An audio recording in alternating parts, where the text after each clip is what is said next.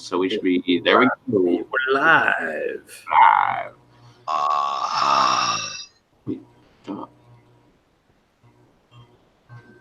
We're live. We're live. Welcome to Rep Test TV. Yes. Thanks for waiting. Fashionably late, as always.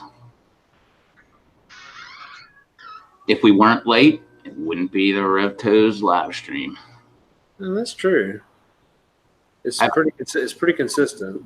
I've been late every single live stream since October, the 1st or 2nd of 2017. Wow, we're coming up on 2 years. That's pretty cool. Yeah. All right. Free drink. All right. What's going on, everybody? What's up, Kenny? Chad? Sent Chad a link. Derek versus what's up? Suds, Larry and Spring. So we got Taylor. Chad and Taylor and Chad. And Rudy and Cliff. Oh, yeah, and I don't know who the heck that is.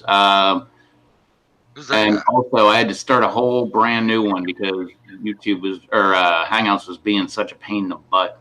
So the other one froze. It locked up. It wouldn't let me go in. It told me I was already running a live stream, and it was asking me to join my own live stream. It was I've had that happen before. yeah. So it was easier to just shut it all down and start it all back up again. And then you can come on live. What's up, Chad? Live. That's their new thing. They love doing that. Yeah. Eric. Heard that about 300 times last night. So, Chad, how are you feeling? Everything good? Pretty okay. I still have a couple of tests on Wednesday. Yeah. They're pretty sure it was a reaction to one of the medications they had me on. Yeah. Caused me to have seizures. So I've been off work since last Monday. Yeah. Kind of waiting around. Well, If somebody else asking about your Pepper Pig, there, Rep. Yeah, Taylor wants to know about Peppa Pig. What's up? I am into pain.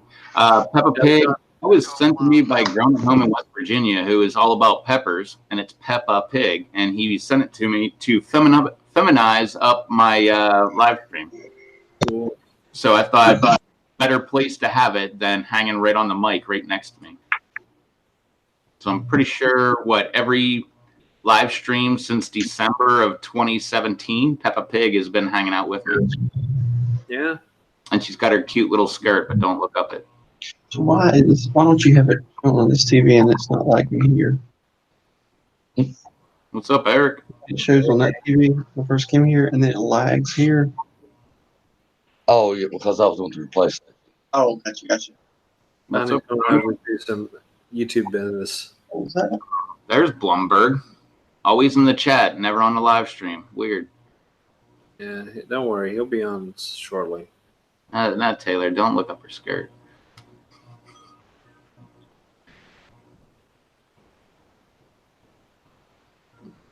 So, yeah, that's good to hear, though, Chad. Hopefully they got everything right with the medicine, man. Yeah, it should be. Be going back to work hopefully really soon. Yeah. I'm at my school. Right. Yeah. That's good to hear. But I mean, everything else is going good so far with your 30 for 30. Yeah, so far the newest one's uploading right now, so hopefully it'll Yeah. get there. Yeah. So do you feel that you can find 26 more pieces of content to go?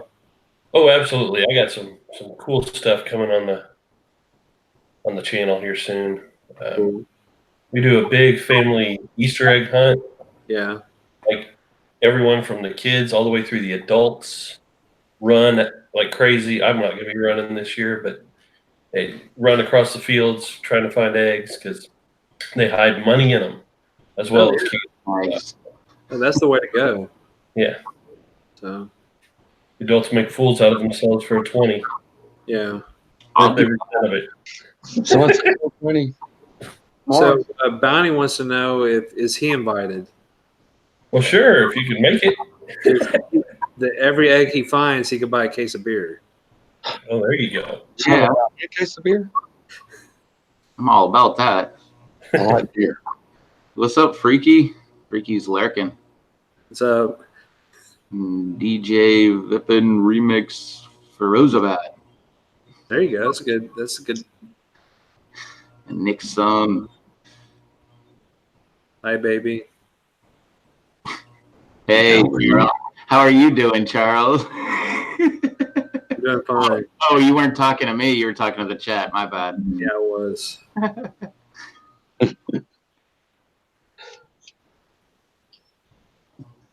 I don't have an extra, do I? No, I don't hear. I mean, if it is, it's anything, it's slight. It's happy Easter weekend. Yes, it is. Today's Good Friday. Anybody get a couple days off? Because I don't. Oh, I don't. I work today. I worked till almost 5:37. Well, until I went on Bounty's live stream and said hello. So there he is. See. Now we just need Eric. Where's Eric? And What's be up? Yeah. Let's see what Beatty's up to as well. What's up, Bounty? What's up, Charles? What's up, Rev? Hey, Chad. Up. Rob. What's up, Bounty's cousin? it's Rodney. What's your cousin's name? Rodney. Rodney. Rodney, What's up, Rodney? he's gonna start a channel called Outdoor Buddies. It's already started. Yep, I saw it in the chat earlier. Cool. Oh, that's your beer in. I love typos. Taylor says Greeky geek. Geek. That's awesome. We know what Taylor meant, but Oh, Eric's saying he's waiting for the kids to go down. What you been up to today, Rob? Just been doing a bunch of stuff around the house. I go fit with one of my buddies, and it ended up raining all day. Like, kind of times, but it was just like an annoying drizzle enough to make it not so much fun to go out, especially since we've been like in the 70s, like around 80 degrees. And then today, like the high was in like the low 50s, and it's been dropping throughout the day. So We had like 30 something mile an hour gusts today. I mean, it was clear today, but yesterday was pretty bad. oh yeah, today was like a mini hurricane rolling through. It was awesome. It was like 30, 40, 50 mile an hour gusts coming through. Every once in a while you hear trees falling. It was a Yeah. lot of fun. But it was like 75 degrees like the entire time while the wind was coming through. So the wind like wasn't cold. It was like nice and warm. But no, same thing. I'm pretty sure, like same thing Rob was saying. I'm pretty sure like tomorrow or the next day it's supposed to drop all the way down to I think like the 50s or something. I think we're supposed to be 47 tonight. Let's see. The lowest I have is 55, and that is Saturday, so tomorrow. Or no, 54 on Sunday. So that's not bad. Not as low as the 40s.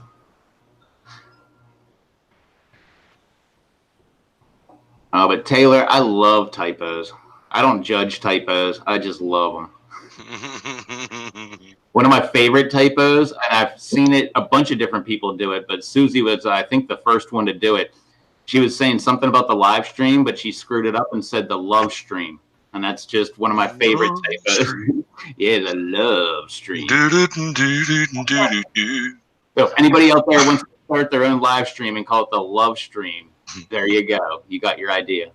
The love stream, where either your hands get sticky or just your underwear will be a problem. Join the love stream. Love stream. yeah, that person, hi baby, that's in the chat is my friend Connie that I've known her for years and years on Google Plus, which is non-existent anymore. But I know who that is. It's not just somebody random popping in there. Yeah, you say Connie? Yeah. What's up, Connie? I had a beer.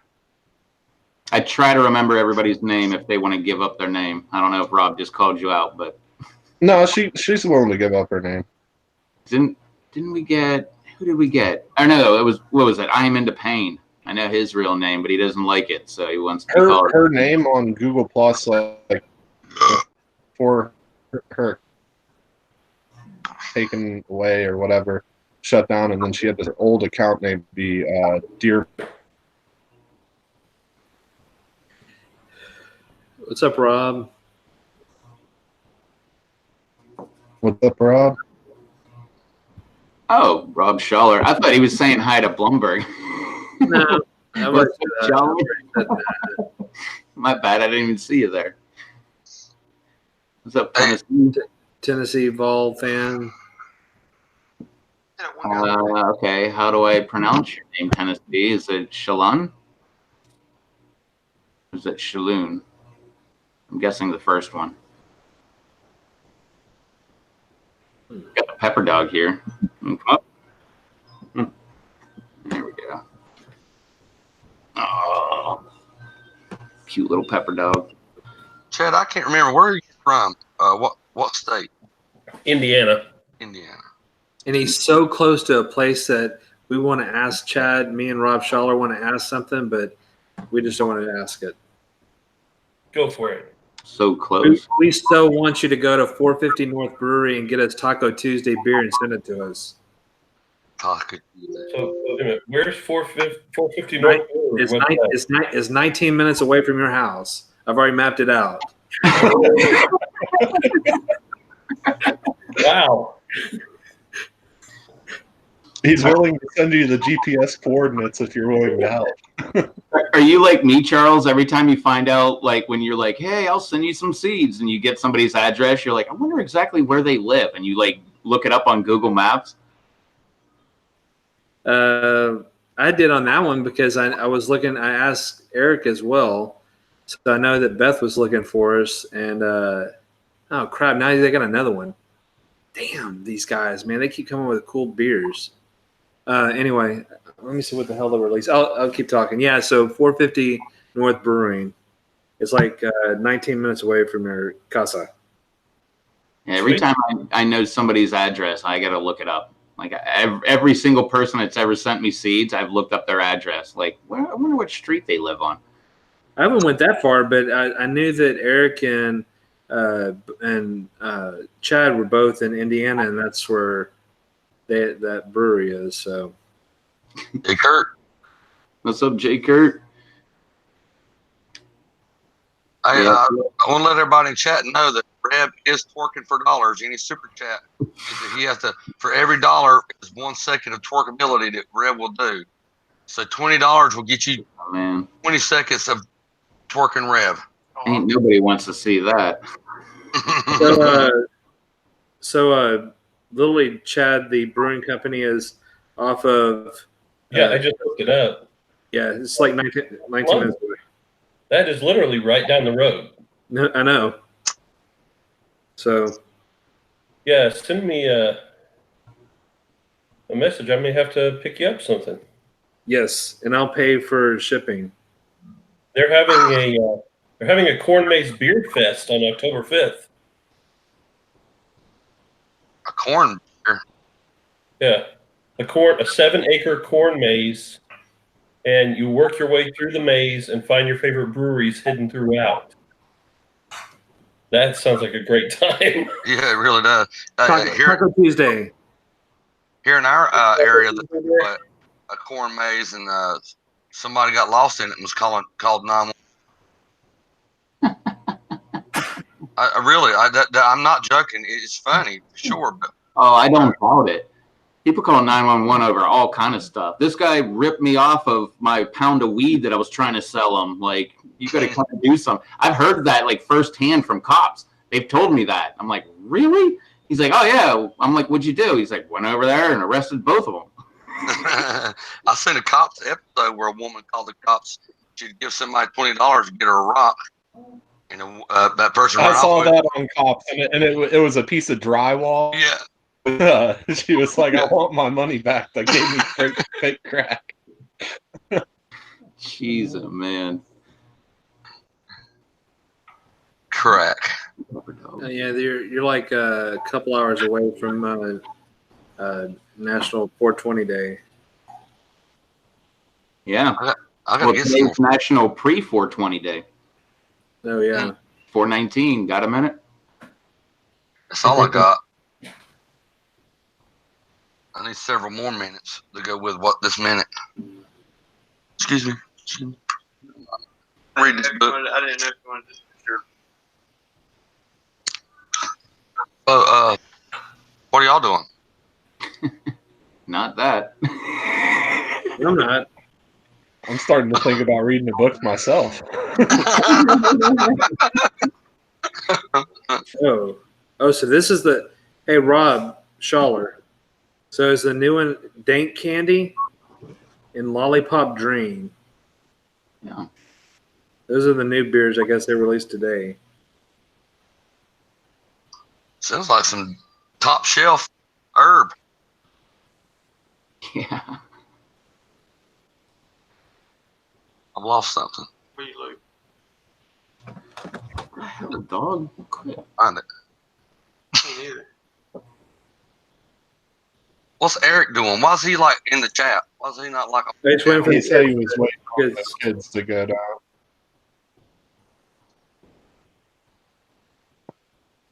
I'm all by myself here at the house for the first time in forever. I'm all by myself at the house Heck for the first time since, well, for always. Just me and a little pepper dog. Oh, That's not true. You had visitors the other night. I saw them. Yeah, it was my parents. They came into town. They stopped in to stay the night so that they could go to my sister's house for Easter. rich people their way. Them and their little dog. Ugh. Hate that. You know how I know they're rich? Because they got a Yorkie. Now Yorkies ain't that expensive, but rich people have Yorkies. No, they're not rich, but they do have a Yorkie.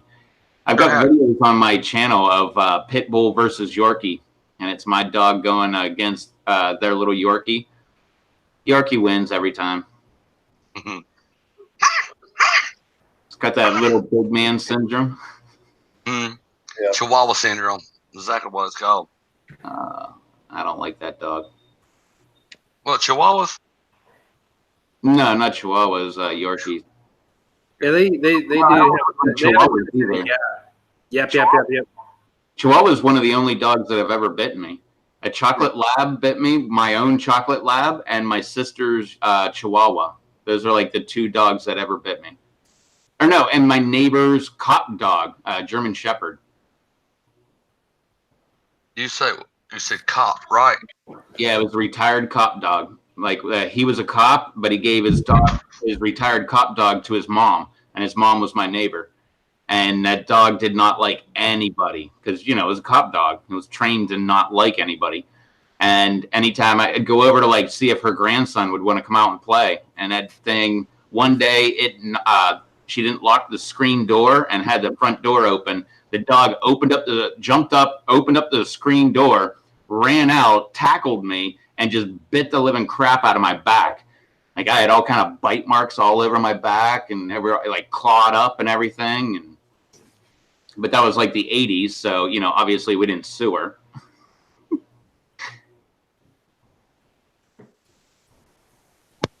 See, your Chihuahua's cool. My sister's was not cool at all. My sister's like only liked my sister, and anybody else it would try to bite. That's why she got rid of it before she had kids.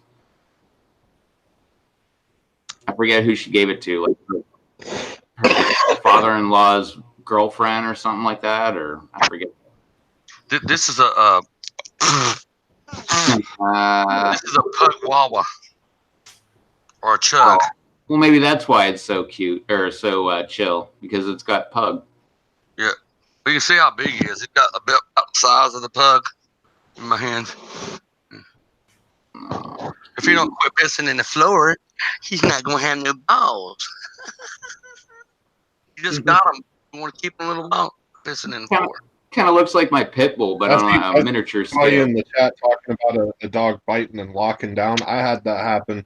It was one of my friends, this girl Daisy, that lived down the street, and it was her Cocker Spaniel, which was always like a nice dog until it got older, and I think it started getting senile, and it just became a not friendly dog. Like it was a nice dog before, and I remember that thing one time, like chased after me, and it jumped up and it bit my hand, but it bit me like right here, like right on the thumb, like had my like whole thumb in its mouth. And I like was holding the dog like up off the ground and it wouldn't let go. I like tried getting it off. I ended up having to like hit the dog in the head. I mean, not so bad at the time, but I felt kind of bad after, like that I like punched the dog, but it was hanging off of my thumb and wouldn't let go. And the only other option would have been try to shake it off. But I mean, it was clamped down so hard, like, I mean, probably 20-pound dog, and it was hanging by its teeth on my thumb. So I didn't want to shake too hard, or it would have gone to the bone probably. And I could be wrong, Kronos, but I'm pretty sure no dogs have teeth lock. Because that's what they say about pit bulls, that their teeth will, their jaw will lock down and, on things, but they don't. I remember that one for sure, that pit bulls do not. Because before I got a pit bull, I did so much research about pit bulls. Well, this one definitely locked down its jaws, and it was not going to let go. Well, I know they will like lock down as in like jaw strength, but not. Yeah, 1,500 pounds per square inch. They got the same bite force as a great white shark. Who? The pit bulls. So you think they're locked, but actually they can hold that 1,500 pounds pressure down. Yeah, they're strong. But yeah, well, I've seen so many things where like you get a rope hanging from a tree and the dog will just jump up and just hang from the rope. Oh yeah, dangle from the rope. It's hilarious. But one of my friends had an awesome pit bull when I was in like high school, and her name was Roxy, and she was the sweetest little thing ever. But we would like play like tug of war with her, and if you got her on the end of a rope and she really clamped down, you could hold the rope and start spinning around in a circle, like literally just turning in a circle, and she'd like lift up off the ground, and you could just spin her around in a circle, hanging onto that. She'd never let go. Yeah, Tennessee. Same thing with me. I used to live in Pittsburgh, and growing up, all I ever heard was pit bulls killed children. They will maul your grandma, and all that crap. Then I moved into the South, and I met probably 800 pit bulls, and every single one of them was the biggest baby. They were so nice. Like I remember this one time, I rode up on a property. I was doing pools at the time, and they were vacation houses, and the owners were in, and they had a Labrador, they had a pit bull, and I can't remember what else they had. They had like 4 dogs. I can't remember what the other 2 were, but the lab, they had to keep it on a leash because it would attack anybody. The pit bull, gigantic blue-nosed pit bull, big, stout thing. Me and my brother-in-law, he was working for me at the time. We pulled up. I'm like, dude, you got to meet this dog. It's the coolest dog ever. And we're walking down the driveway, and all you hear is, "Roof!" And he's just like stopped, and he's like, what the heck was that? And I'm like, that's that pit bull. And he's like, I don't know about this. And the dog just comes around the corner, just big and bouncy, and just looking right at him, and just stops and stares and does another bark at him. And he's like, what do I do? I'm like, go pet the dang thing, man. It's a big baby. And he's like, I don't know if I want to.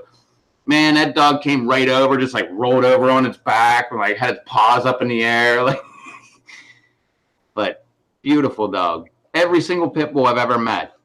Awesome. Like the entire time I worked at that job, I only knew one person that got bit by a dog.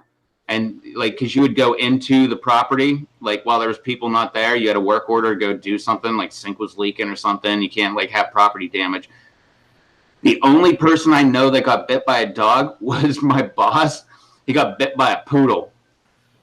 And we were all laughing at him like, you got bit by a poodle? It was hilarious. And then we all went to the house, like we had to go there for some reason. And we saw the poodle. That thing was like 5.5 feet tall. I mean, it was the biggest poodle I've ever seen in my entire life. It was like a real poodle, not like the little toy poodles. It was funny. What's up, Eric? What's up, Hazel? Hey, Rob, my thorny yellow jacket kind of grew up a little bit. I'm gonna click on your. Oh dang, that's really tall. I know. Oh, nice. Tennessee says he's got 3 pit bulls. I wouldn't trade them for the world either. Yeah, that's one of my dreams is to like have like a pit bull rescue center. So I don't know. They'll get planted hopefully next week, depending on the weather. Yeah, depending on the weather, I'm gonna maybe plant stuff in that garden that on. At least that's what I'm shooting. Yeah, well, I mean, like I said, I got the dirt delivery on Tuesday or compost, and then of course, you know, when the landscapers can go and actually move the dirt, of course, it's supposed to rain. The only day next week is supposed to rain is that day. So we'll see. Hopefully, it's like 40, 50%. Hopefully, it doesn't rain, or they could just move the dirt and put it in the beds because I'd like to have it out of my driveway. I don't really care to have 12 yards of compost in my driveway for more than a day or two. Yeah, I'll be back in a minute. My connection is kind of slow. I'm gonna restart my Wi-Fi and stuff. It's kind of lagging a little bit. I'll be back in a few. All right. Yeah, I'm off this upcoming week. I'm on vacation, so I'll be working in the garden, try to square everything away, getting the drip, getting the shade. I got all my U-channel extrusions for the shade cloth to go over like a canopy for all those raised beds, and then just work at it. I mean, to get until I get a couple hundred plants planted. I'm gonna try to give away another 20 plants tomorrow, and then keep giving some to people at work because they still want some jalapenos and other mild varieties that I have a gajillion of. Like I said, I think I've determined that I don't need 20 pepperoncinis. I think that may be a little overkill, and I think that I don't really need about 40 different jalapenos because I have 15 varieties, but I don't think I need 40 plants. I may or may not. I'm not sure. I don't know if I really need 8 ghostly jalapenos either. What's up, Sherry? So, What's up, Dave? what's up, Dave? So, yeah, we'll kind of decide and how things go. I'm just hoping I have enough compost to fill the beds. If you do, I don't know. We'll see. See how everything's calculated right. So, And Sherry, in Tennessee, with the pit bull thing, one thing that I learned about that is, I mean, all dogs do. Like but pit bulls are more sensitive to it. That all dogs feed off of your vibes. So if like you're chilling, they're chilling. But if you're like all amped up and like a psycho, then your dog's amped up and like a psycho. unless they're an amped up dog like Maverick who wants to be amped up when you're not going to chill. Well, yeah, you got that exception. My French bulldog is, well, this is always the all same. right. Hey, check this out. Hey, can y'all hear me? Check this out. B&O's fixing to raid you, Rev. B&O Outdoors fixing to have you rated. All right. Damn, cool beans, man. As long as that has nothing to do with the cops like Bounty had to deal with. No. You could quite potentially run it about 70, 80 people in here just in a minute. Oh, cool. Appreciate that. Damn, these things are soaking up water. Oh, I know. I need to water mine again. I mean, I literally watered it like 2 days ago, and it's already done. Good. I will put it back home. B&O's cool as shit, man. Y'all, you need to know him. Whoa, we got thunder going on outside. That's awesome. Yeah, you're gonna get a bunch. You're gonna get what we got a couple days ago. So it's pretty. It's all coming to you. I think it's pouring out here right now. Well, don't step on the dog. You don't like it. That's awesome, Kronos. I'm glad. Because that is crap. I've seen a couple different things like that. No, I'd be the first one, Freaky. I got swatted. Yeah, that's not cool. I've seen so many people lose their dogs, lose their own life. Just different stuff like that, where they just bust down the door and just start shooting. One of them, I just saw. Well, I don't know. I say recently, but probably like a year, maybe 2 years ago. It was somebody that was actually taunting somebody online. So, kind of Hey, sucks. Rev, check it out. Your chat. Nice. Why are they saying R5? R5. It's a right there. She is right there. R5 Adventures. What's up, people? Gotcha. Thank y'all so much for doing this. That's great. Feels good, don't it? Yeah. Hey, R5 Raiders. Thank you.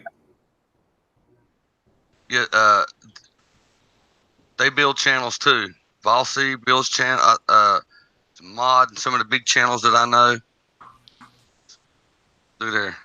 Cool. Welcome. Yeah. It's awesome. Talking about all kind of stuff from pit bulls to peppers? Yeah. To Peppa. To Peppa, to rating, to Chad's videos 30 and 30. Yep. Everybody hit that like button, please.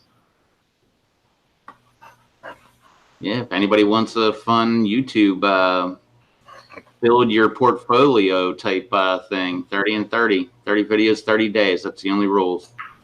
You could do all 30 in one day. You could do all 30 over 30 days. The whole point is to challenge yourself as a creator and make 30 videos. You can do whatever you want. Like personally, I won't do like, hey, what's the weather doing right now? But you can. One day you will. Oh, I'm sure I will. But hey, Alexa.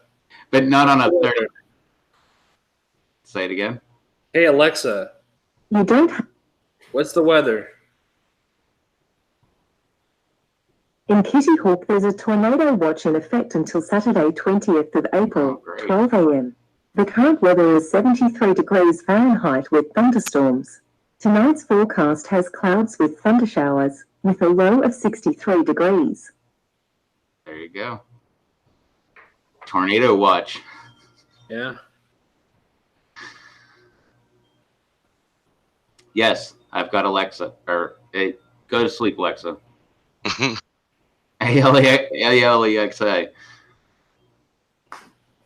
Pretty much all I ever use her for is asking her what the weather is and doing conversions from Celsius to Fahrenheit.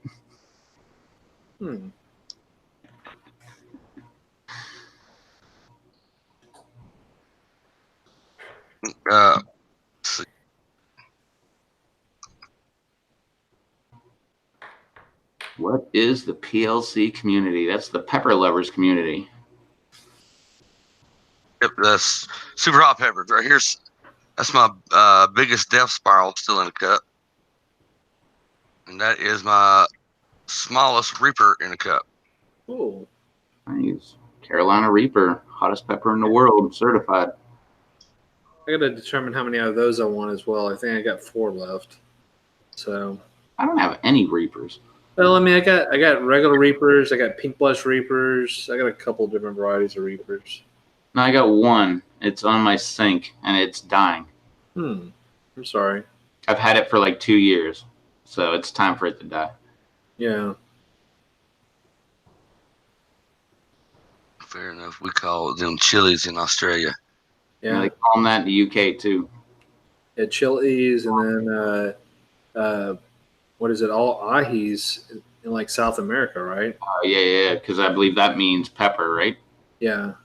Hey, And Rev, R5, big channel. I highly recommend them. Tennessee and Premier Hell. They're all good people and fair people. So it'd be worth keeping around for sure.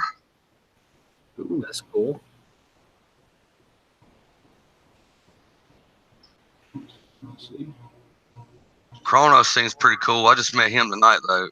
There's B&O. B&O, you were awesome, man. Appreciate y'all doing that. Yeah,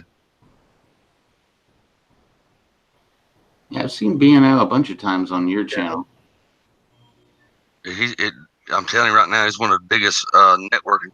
Know him and being good with him and going to his live stream means growing. People going, and it sticks there. You got good people.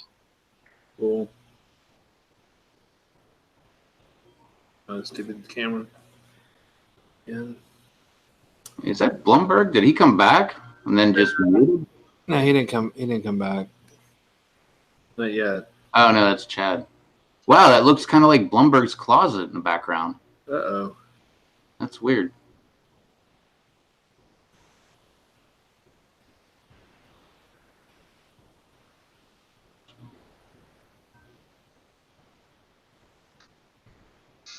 I think Chad went to go get a pepper. The 20, fixing to be 30 people. This is how you do it, though. All right. Yeah, this is awesome. You lose train of thought what wanting to say, don't you, Red? When you start seeing all them new names come in. Well, yeah, it's just going a little faster. Written in blood, ex-written in blood. Yeah, he's a super builder too. Build your channel. You want written in blood as a mod, just like you did B&O. Telling you got the big people in here, Rev. There he is. Written in blood is awesome. What's up, Go Ham? Go Ham is the what would you call him? The author of the Go Ham Jerky Challenge. What the heck is going on? Is that the tornado coming in? Probably. It's that weather that we're talking about. So, Chad, what do you got there, Reaper? No, this is an ahi Vito. Oh, cool. Is it just a regular or is it Paulus Cross? It's just the regular Paulus Cross. Leaves are a little bit thinner. I could go grab one of those too, but this is that's the size that all of my peppers are right now because I got a late start to everything. Yeah. And this is the chocolate brain strain. Oh. So you be sending one of those to Rev? Oh yeah. Cool. I've got several different chocolate varieties. Oh, wait, no, I sent you the seeds of the chocolate brain strain, didn't I? Yes, you did. But it all goes back in circles, right? You get a try. Yeah, circle of life. I'm growing the chocolate brain as well, and the big Batman chocolate. So I've got a few different chocolate varieties going on. Cool. You got 3 raids going, Rev. B&O raid, X Written in Blood, and R5 Adventures raid. Tilapia store says he wants some seeds. Appreciate that, guys. You hear that rain? I hear it. I can hear it. Oh, yeah. Like I said, we went through it 2 days ago. So it was pretty bad here. So I understand what you're going to go through. It did it for 5, 6, 7 hours. And then the front, whatever came through, and it's still windy. And it's nice now today, but it was windy as hell. There's another famous guy in here. Bounty Bootleg Lounge is in here. Amazing. Oh, awesome. Yeah, make sure you go. How do you word that correctly? I don't want to say the wrong thing. How do you do that? Go check him out. Yeah. Please consider. Yeah, please consider viewing Bounty's Bootleg Lounge. Yeah, especially last night. The inaugural live stream. Yeah. I'm telling you, man. Yeah, Lisa, you may get that occasionally. I mean, depends on if they have your email. A lot of people will do it on.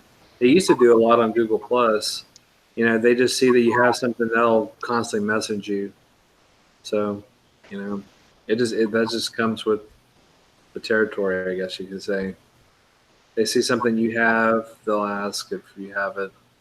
It used to be the lemon starburst until it went widespread, and everybody and their mother has it now. Except me. You don't have it? Well, Well, all I started them, and then I had that weird whatever that killed all my plants about 2 months ago. Yeah. So I'm starting over. Okay. Do you have seeds though? I do not have the Starburst seeds now. Okay. You want some? I'd love some. How many? Just a tiny bit, like 4 or 5. Oh, because I only have 2,000 or 3,000 to spare. I'm I'm not joking about that number either. Written in blood. This is Reptos TV, the guy on the end with the bandana. This is his channel. Yeah, I've got a video or two up. Yeah. And I'll let you know right now, he twerks for dollars. Really does. For every dollar is a 1 second of twerking rev. You keep saying that. I mean, I'm just telling them facts because I know I've seen you do it before. Chad, Chad, is there anything else you need? No, I just wanted to grow that one just for kicks and giggles. Most of the peppers I grow go into my hot sauce, so I pretty much grow the same things every year. Okay. But this year I branched out and started using a few of the seeds that I won in Batman's giveaway last year. Yeah. And because I've got 80 varieties of seeds sitting around, so I'm trying to grow some of those. Cool. All right. Well, Alex, I'll send those out to you. I appreciate it. Yeah, appreciate that, Written in Blood. And Tennessee, yeah, go for it. I don't think you ever need to ask anybody if you can share something on Facebook. What's up, Brando? What's up, Brando? And what's going on, Brando? Brando's one of the newest members of the Fat 1K Club. So many others that I haven't seen before, and there are tons of names. So, hello, everyone.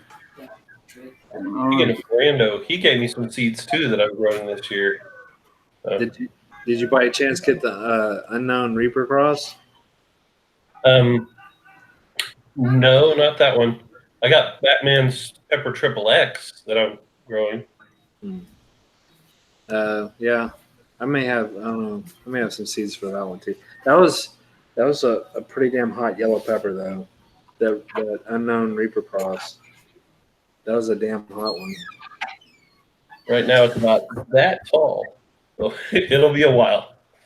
Yeah, well, they grow pretty fast once you get them outdoors and they see the light and they have better conditions.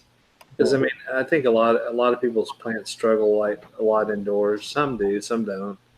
Mine right now are just overcrowded again in the tent, and they can't get enough ventilation going through them because there's just like a jungle. But they'll be happy once they get outside next week. What's up, Eric? You finally get the kids? Not much. No, they're still up. I waited long enough. I gave them an hour. So you said it's time for Daddy to go play. Yeah. Watch the raids. Yep. What's Beth doing? She's over here making nachos or something for the kids. Nice. Did she make me some nachos? Yeah. Yeah. We make rest nachos. Add some extra jalapenos. All right. She said definitely. Cool. Extra jalapenos.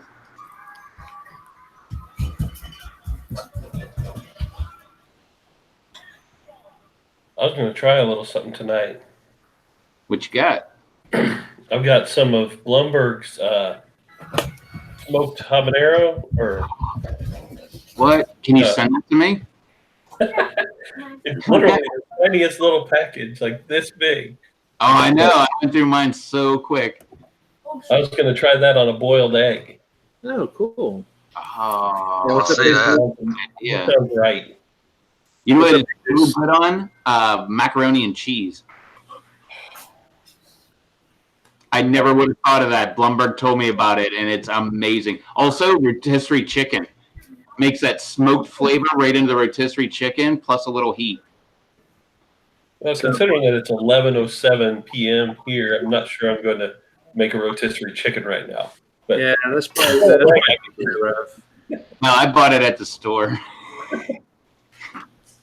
Actually, I bought a rotisserie chicken and macaroni and cheese, brought it back home, threw the macaroni and cheese in the microwave, and cooked that up. Amazing. But no, that smoked habanero is one of the best powders I've ever had. It is one of the best. I think I may have a little bit left, a little bit. Oh, I have nothing left. I used every single bit of it. Like, I even turned the bag inside out and was like rubbing it on chicken and stuff like that to get all like the extra powder off the bag. Yeah. Well, Rob knows I'm a sweet tooth junkie, so. The sweet tooth is so amazing. What's up, Christina? There's the chatter girl in the chat there. That's Christina. Hey, chatter girl. Yeah, that's sweet tooth. Video she got seeds from Rocky today. Oh, cool. Yeah, we all know Rocky.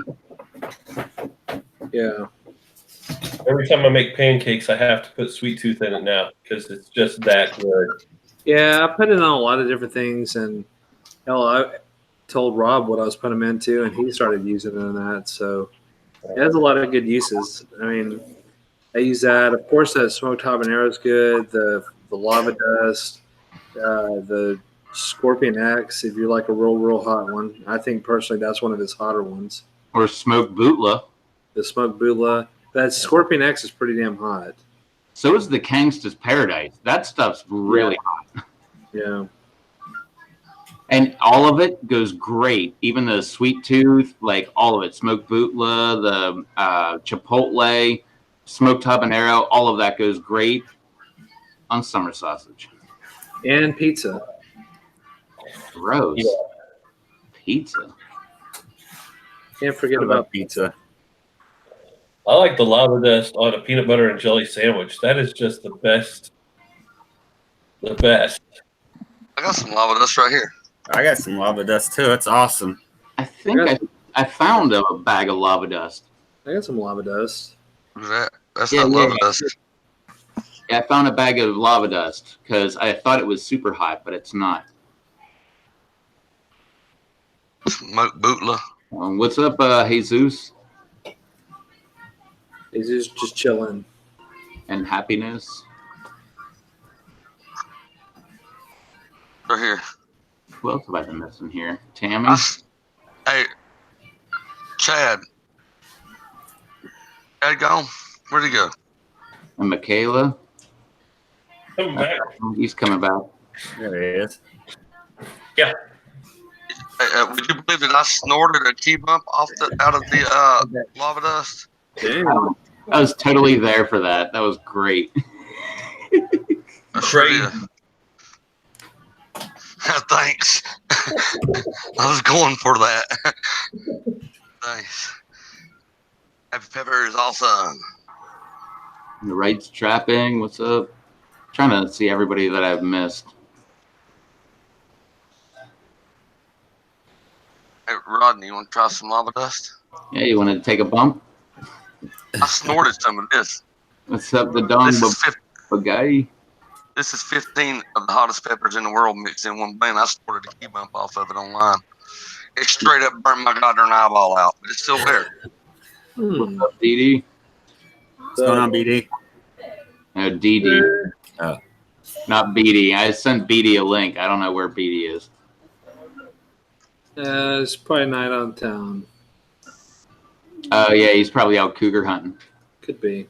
It is a Friday night, man. Where does he always say he's always at? Like the Applebee's or the Golden Corral? Golden Corral? Is that it? Yeah. Last Drop, Astro Fishing. What's up, Last Drop? That's one of my buddies there. Yeah, I'm still scrolling up. Tony Skittles. There's a lot of people, Rev. It's hard to catch up, ain't it? Yeah, Chase Guns. Pretty sure I said hi to Goham. Oh, I go Ham. You definitely made some friends tonight, Red. Andrew Fishman. Yeah, it's quite a few. But that's how you do it. You see how you have it this big one. They start. If it had been like during the day where everybody was. I mean, if those three would have come in here and done it like at 12 o'clock during the day, you would have had 120 people in here. And if you hold the 120 people for, an hour and a half and get the views off of it, you know what happens? You'd be like 30,000 minutes in no time. It's in one live stream. Well, 30,000 might be an excessive number, but it's Who's got the egg? I think, hey, Chad, I think Blumberg was waiting to see if you could wait a minute while he. Oh, yeah, I can hold on. Just to show you. I think he has to turn up the dehydrator. And I can put it right on top of my egg right there. I'll wait for him. Oh, man. I'm so jealous. What's up, Wonderful Life and Astro Fishing? What you up to, Last Drop? What you doing? Last Drop? I missed that. Oh, there's Last Drop. What's up? Well, looky there who just popped their head in the door. Oh, what's up, Devin?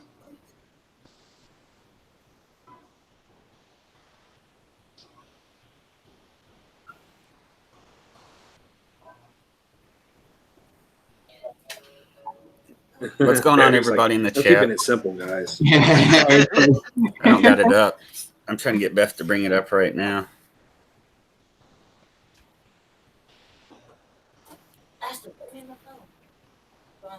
Rev, right now is where you're supposed to say, all right, extra fish is 30 away from 100. Let's see what we can do. Hey, Astro, I just checking out your channel a little bit. I like fishing, so good deal. Oh, yeah, same with Blumberg. He loves fishing, too. Me too. Who don't love fishing? I like fishing. I'm just too lazy to do it.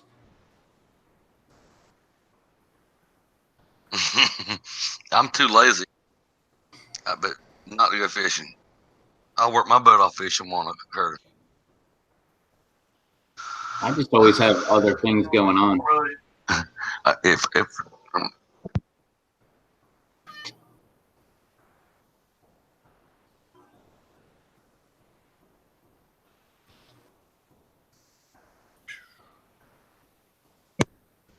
in a world where the silence is really quiet, listen to them be really quiet. I couldn't hear what you're saying, Bounty. Could you repeat that?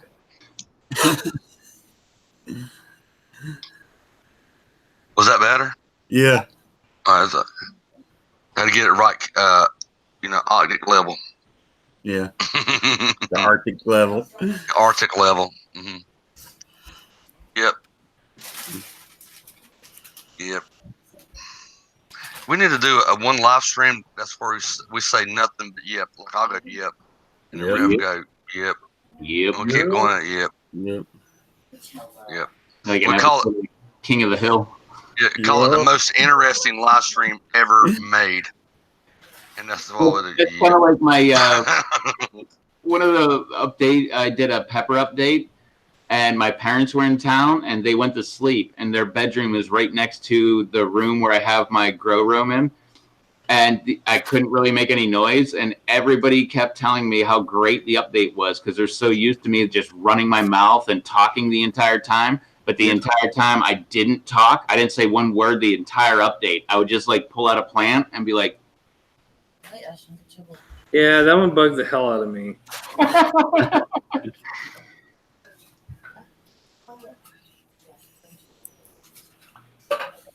what's up, Unboxed Warehouse? I almost said werewolf. Got Budweiser commercial. What's Budweiser? With the frogs, they're like, good eyes. Oh, but What's up, Rocky? That commercial is so old. I actually remember that commercial. Because I haven't had TV in like 12 or 13 years now.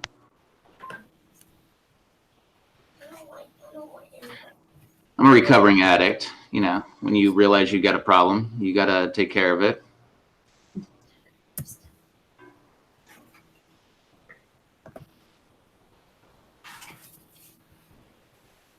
Oh, there's Rocky. What's up, Rocky? What's going on, Rocky? I saw Christina's video earlier where you sent her seeds.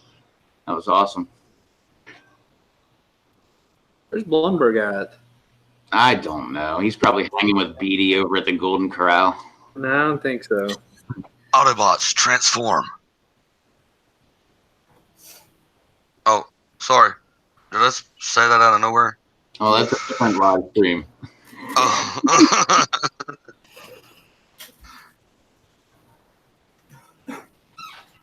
No, I don't feel like I'm missing anything on mainstream TV. That's for darn sure. I mean, I just have have Amazon and Netflix. I've got Amazon. I've never watched anything on Amazon Prime. Well, I had a channel. So letter after letter telling me like I've never used their Amazon Prime stuff, even though I've got a membership. I got one today in the mail. Awesome.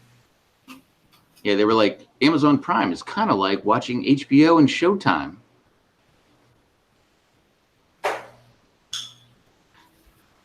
He's eating. Yeah, Blumberg was eating. What's he eating, Blumberg? Since you're still got 2 more bites, you can type it in the chat. Take him in the chat, put some smoked habanero powder on him, and eat it. He's been hoarding it. He probably has something more than intense than smoked habanero on it. He's been hoarding that smoked habanero powder, man. I've been trying to buy it off him. He just won't do it. He's like, oh, I'm so low, I can't do it. Yeah. Well, he kind of gave it to everybody. This will be my first taste of it. This is the first time I've opened the package. Oh. You are in for a treat. Yeah, I haven't. This one I have just opened this one today, and then the smoked reaper I haven't opened yet either. I've been waiting for. That's a good one too. Waiting for that. Blumberg? I haven't tried that one. Yeah. No, I tried the smoked habanero, the smoked bootla, but not the reaper. I've done the lava dust, the sweet tooth, and the super hot mix, and those are all amazing. I've done the super hot, the lava dust, the sweet tooth, the super hot, the lava dust, the sweet tooth, the Gangsta's Paradise, smoked habanero, smoked bootla, smoked habanero, and chipotle.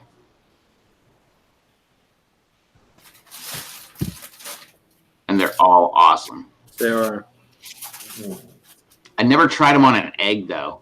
I don't like anything but scrambled eggs.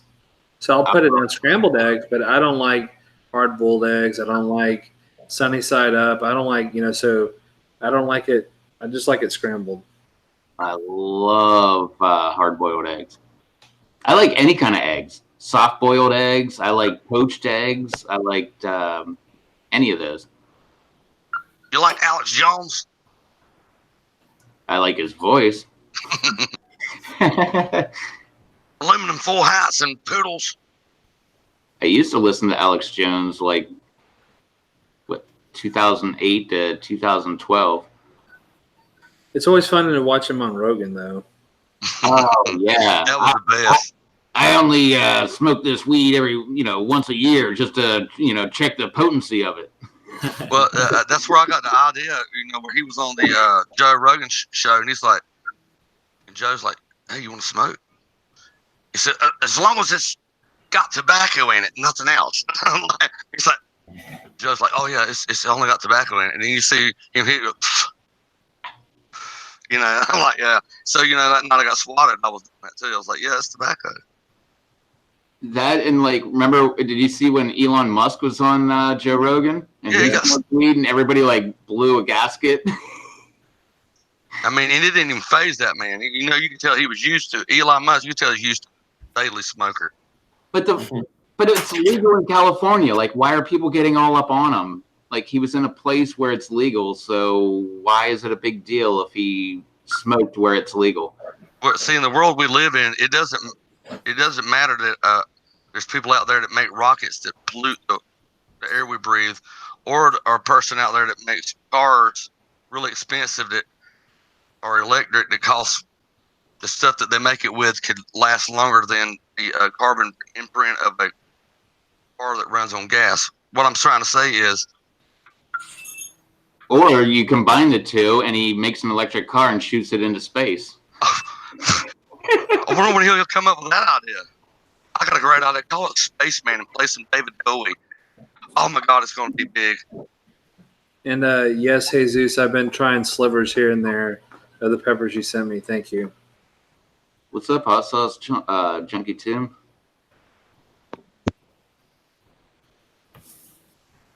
For the majority of the box is hot as hell. Well, I would say the whole box is pretty much hot as hell, with the exception of a couple. I mean, I grew a few varieties. I sent him seeds last year of the mustard bootla, the pale yellow bubblegum, and I grew out the King's Mystery in the Garden Orange. So some of the peppers I've had in the past.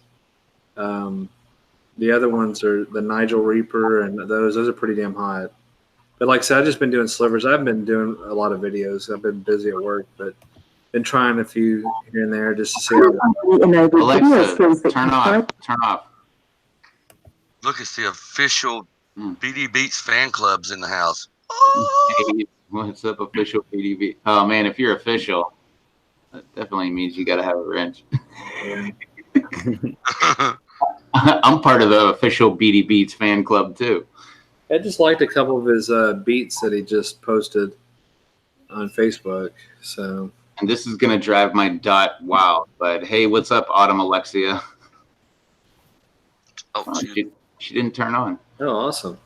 Alexa, who's the most interesting man in the world? Mountain Bottoms Reagan. Honey's Bootleg Lounge. I might be trying to gather up a bootleg lounge crew tonight. Any time, between whenever and 6 o'clock in the morning. Too late for me. I'll be in bed, sir. Oh, I could find time. Well, y'all go right ahead. I guarantee I'll be asleep. Time is. I don't have to be up until like the afternoon, man. I don't have to be up unless the kids wake me up. Then they're gonna be mad. Yeah. No, I'm always mad. I don't have to wake up tomorrow. Y'all suck. I gotta wake up. I gotta There work. he is. So, how was the burrito? Well, I didn't have burrito. I had these like little stuffed chicken breast things. It was these like chicken Florentine, like little like chicken breast things. They're breaded and stuffed. They're like frozen things you just cook in the oven. It was good though. And after all that talk about smoked habanero, I had my smoked habanero on it. So you're hiding it from Rev, huh? You suck. Guys, Let me go see if I have some smoked habanero too. Let me go get some. I think I may have some. we're live. Jazz hands. Boy, Bounty. We're live. Jazz hands. We're live. We're live. We're live. Brought to you by Rethos TV. $4. guess what? We're live. Yep, I'm in the mood for jazz hands, everybody. Nobody else gonna do jazz hands. Chad, you got a jazz hand. We got an egg in the other one. Oh, yeah. You're fitting to be slinging habaneros powder everywhere. Damn it, jazz hands. Now look at me. Ah, my eyes. Jazz hands. That Bounty bootleg lounge dude's pretty damn awesome. Pretty awesome. Awesome. Really, really awesome. It's incredible. If we keep the silence going on, we're going to get copyright. The sounds of silence is copyrighted. I'm sure it is. My old friend. Yep. Where's Susie at? She usually keeping the chat going. Hey, Rob, I forgot you sent me a couple bags of those things. I had some. Somewhat. Smoked habanero. You have a couple bags of it? No, you sent me a couple, so I still had some. Yeah. Blood. We got to keep it from Rev. We got to keep it from Rev. Yeah, I have a shaker that's like it's most of the way full. Yeah. And then I have like a little bit left in the jar. Yeah. There isn't a whole lot left. Let's see. I got on a chip. Yeah, that's what I got left in the jar. It's not much, but Yeah. a little corner. Enough for a key bump, you said? Yeah, we got. But I got this. This is Sweet Tooth, Charles. Yeah, well, That's a quart jar. Yeah, I know. You sent me a big shaker the last time, so I got some of that left. I got more whenever you run low. Thank you. Like I said, I do use that quite a bit, and as far as others, I really use Paula's Pain a lot too. I really like that one too. Yeah, I haven't tried anything from Paula. Impala. But I do have my powders available on the PLC Marketplace and MeWe if anybody's interested. And I mean, I've got them available to even people that weren't related to that. Like, if anybody wanted to get in contact with me privately, I've got powders available. I suggest getting a hold of him. There's some really awesome. And I've only got a few shakers at the moment. But I called because I placed an order at like the beginning of the month. Last month I was going to order some, but they were back ordered, and so I waited, and then I missed because if I'd ordered them last month, I could have gotten them by like the 11th of this month, but I waited until like just after the 1st, and then I ordered some, but they still hadn't taken the money out of my account or done anything, so I called yesterday morning, and they said that they still are back ordered, but since it had been more than 6 days or whatever, the transaction had to be like reauthorized to like do the sale or like whatever. So it was a good thing that I called, because otherwise I would have just been waiting and never gotten them. But the lady canceled the order and then replaced the order, and I actually think she even saved me like another couple dollars too. Yeah. Which was cool. All right, so come on, let's go and have Chad eat his egg, and you got your stuff. By the end of the week, though, I'll have Rob? like 50 shakers available. Canoe How Adventures. Hey, how are you? Glad you could join us.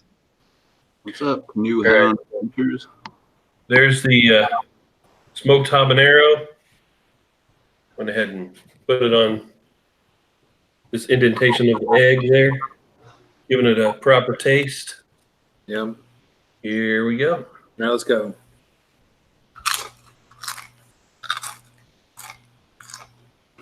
Oh, wow. That was a lot of powder on that egg. Oh, no. That's awesome. Oh, my gosh. You can really taste the smoke in it. Yeah. That's so good. Isn't it awesome? That's amazing. Matter of fact, I'm going to put more on the second half of the egg. That's so good. I'm trying to bribe Blumberg to send me more. And trying to buy that entire amount that he's got left. He won't do it.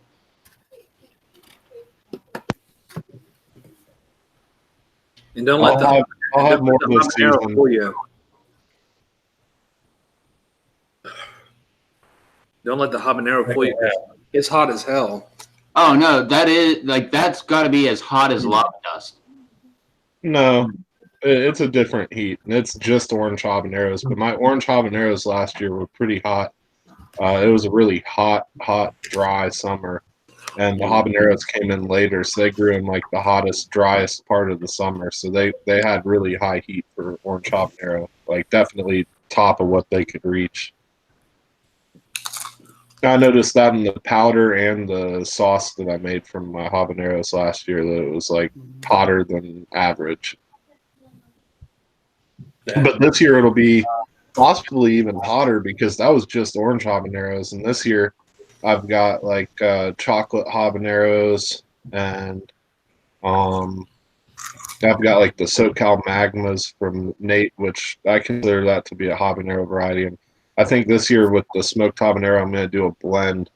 I'm pretty sure I have 3 plants of orange habaneros, 3 plants of chocolate habaneros, 3 plants of lemon habaneros, and 3 plants of the SoCal Magmas.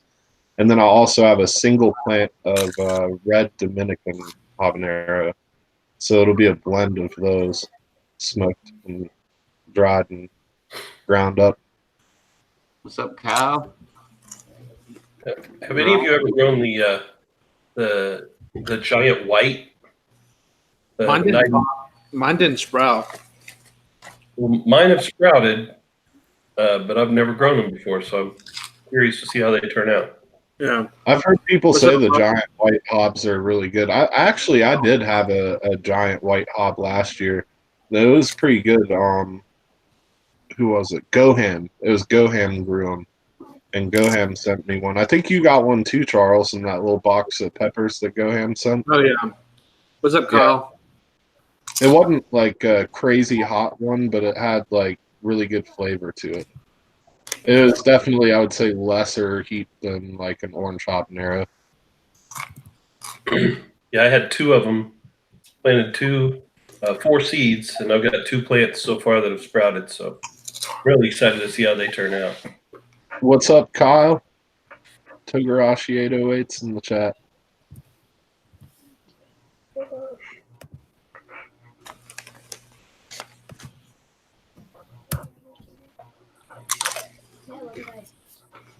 You got nachos over there, Charles? No, I'm just eating lime tortilla chips. Think I should try some of this? I thought maybe Beth made you some nachos. I was gonna be jealous. Yeah. That smells good. Think I should try some of this chocolate bootla smoked chocolate bootla powder? What do you think? Yeah. Is that from Bill? Bounty. Bounty. Look at the writing and look at the bag. It's your bag. That's from William Beckham. Oh, William Beckham. Oh yeah. William was in our my chat earlier.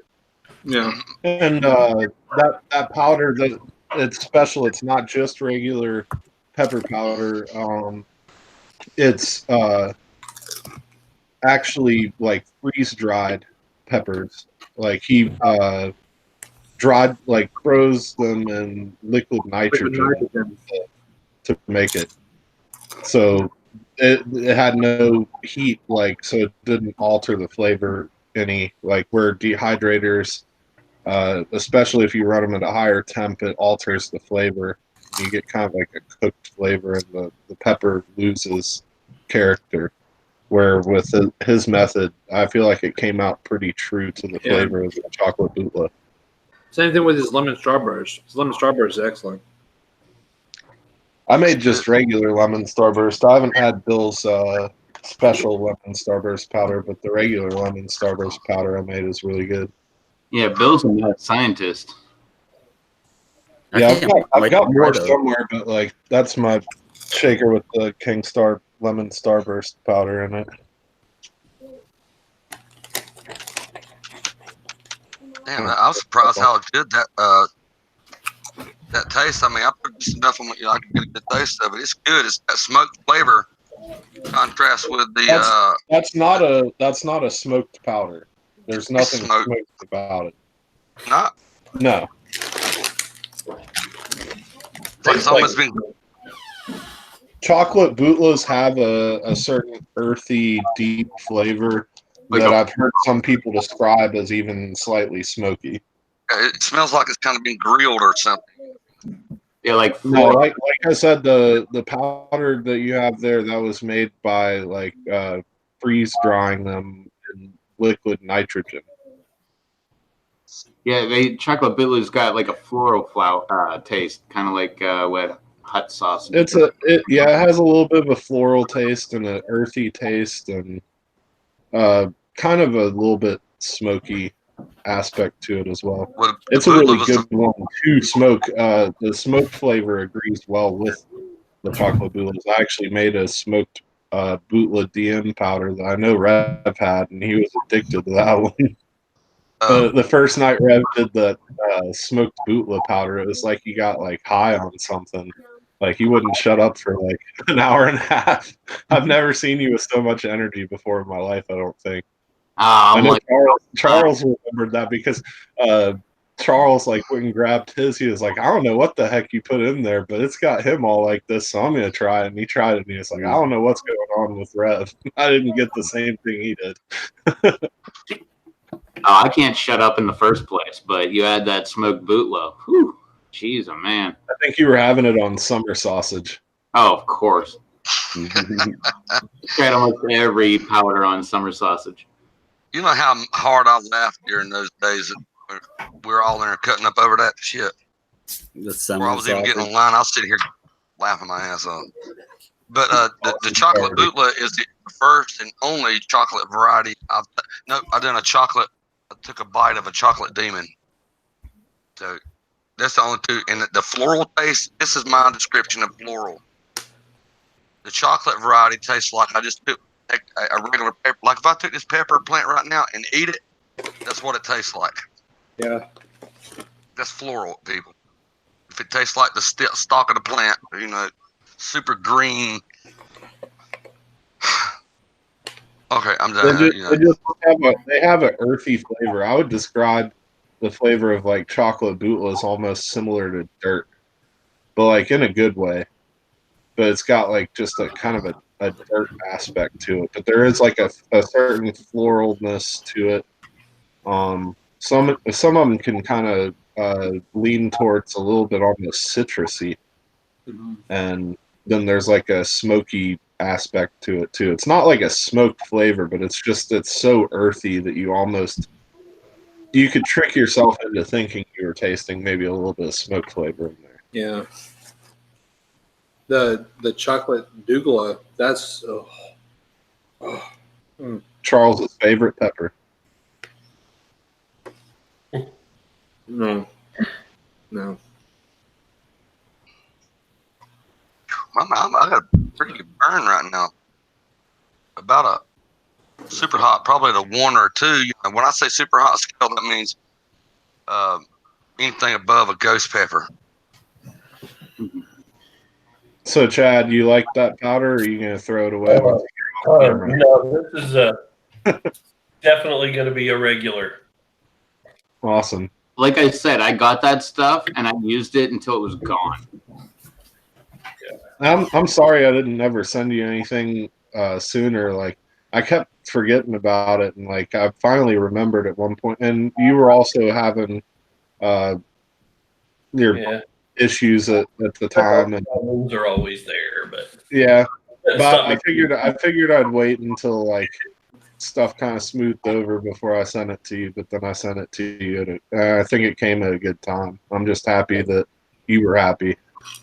It's amazing, and the good thing about peppers is they're naturally anti-inflammatory. So with my health condition, it's good for me to eat stuff like that are anti-inflammatory. So peppers is one of the things. You need to start eating it more, like using it almost to medicate in a sense. And your tolerance will get higher the more that you do eat it as well, and you'll be able to tolerate more of it. I've got a high tolerance. What I did is, and I used to have a lot of different like aches and things that I noticed that I don't really get so much if I like eat a lot of peppers. If I go for a while like without eating so much hot stuff, I start just overall being more sore. And when I get back into like eating a lot of stuff, you feel better. I don't know.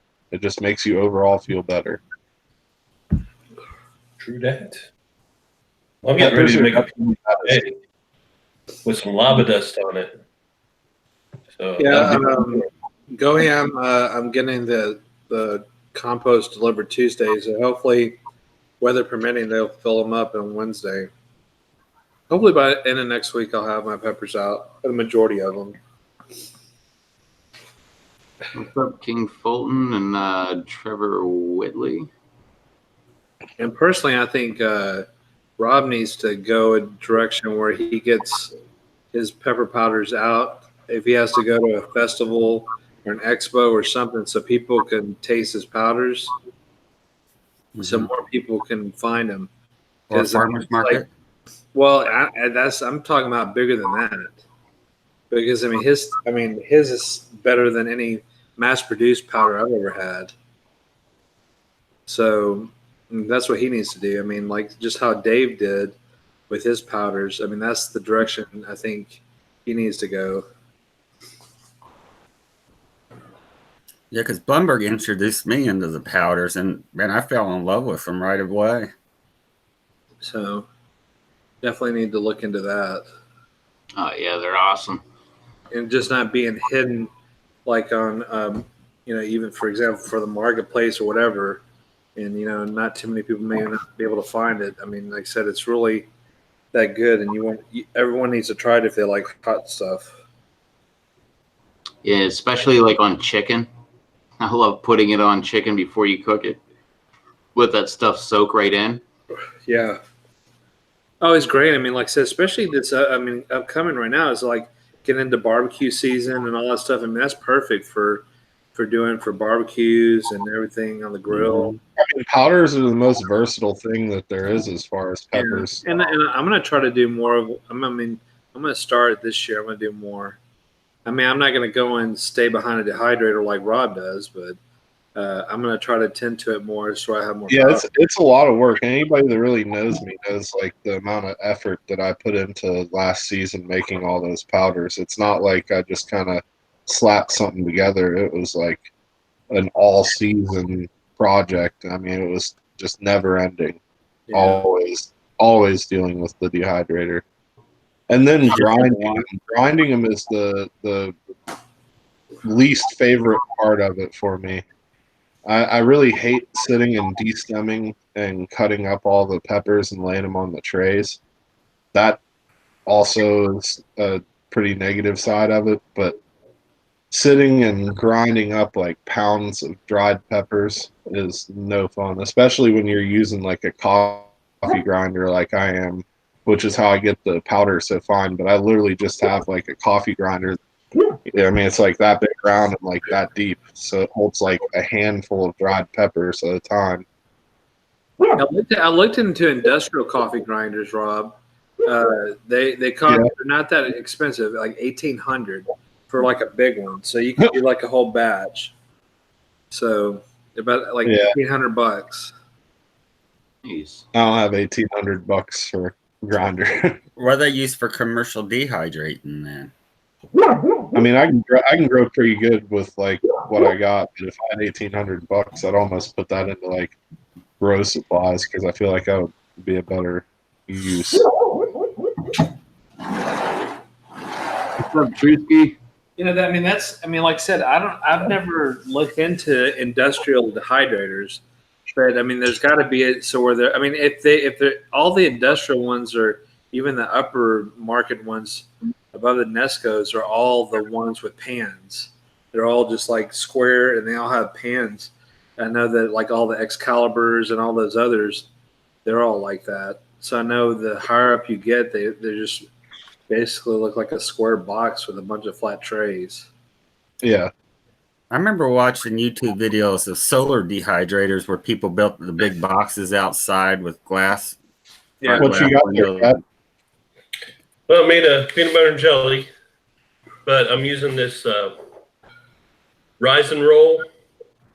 It's a Mennonite bakery near us. They've got their hot pepper jam. So throwing that on there. Awesome. And then I'm going to christen it with some lava dust. What's up, Dominique? And Tilapia Store. Yes, he's trying the commercial grinders, but he says they don't have the RPMs. I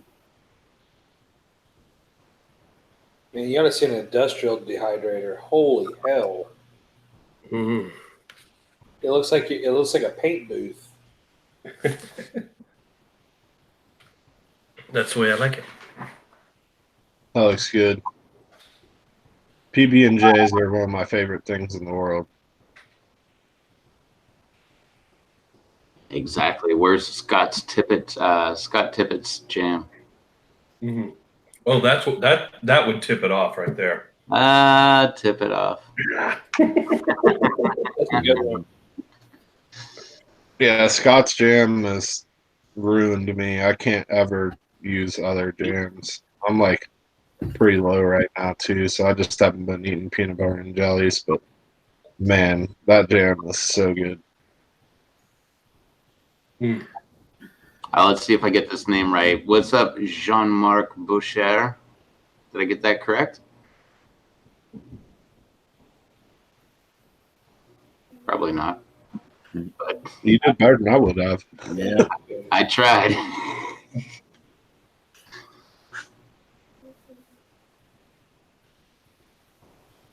Oh yeah, it's usually me, Rocky, with my summer sausage. Oh, nice! I got it right. Sweet. I love trying to pronounce names. Like that one, Ergilov? Yeah, I might have butchered that one. I think you did a pretty good job on that one too.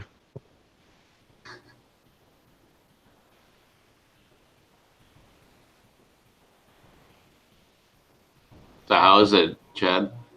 Oh, dang, I got that one too. Man, I'm on a roll. It's amazing. Got the good mouth burn going on, but the sweetness of the hot pepper jam is kind of counteracting the heat, and then the peanut butter just kind of acts as a base to mellow everything. It's freaking excellent. Sweet heat is the best. I'm gonna have Something to try about that, that like next time. it's sweet and heat. Yes. Next time I make a peanut butter and jelly, I've got to put some lava dust on it to try it. You will not regret it. Maybe some summer sausage on And your. do it like Chad did. Put the pepper powder on the peanut butter side. I don't think it really matters which side you put it on, but I always put it on the peanut butter side. So do I. It just seems like it blend better in than what it would with the jelly. Yeah, I don't know. And you can see how much you put on there pretty easily too. Yeah. Yeah, because the jelly like isn't like a like consistent layer where the peanut butter you can like spread it out like flattening. I guess that's probably why I do it. Thinking into it is that you can see like how much you've put on there on the peanut butter a lot better. What's going on, Bergie Love? First time in the chat. And Goham's going off about sausage. El sausage. Heck yeah. You come hang out with me, it's going to be a sausage party. Yep. Sausage time live.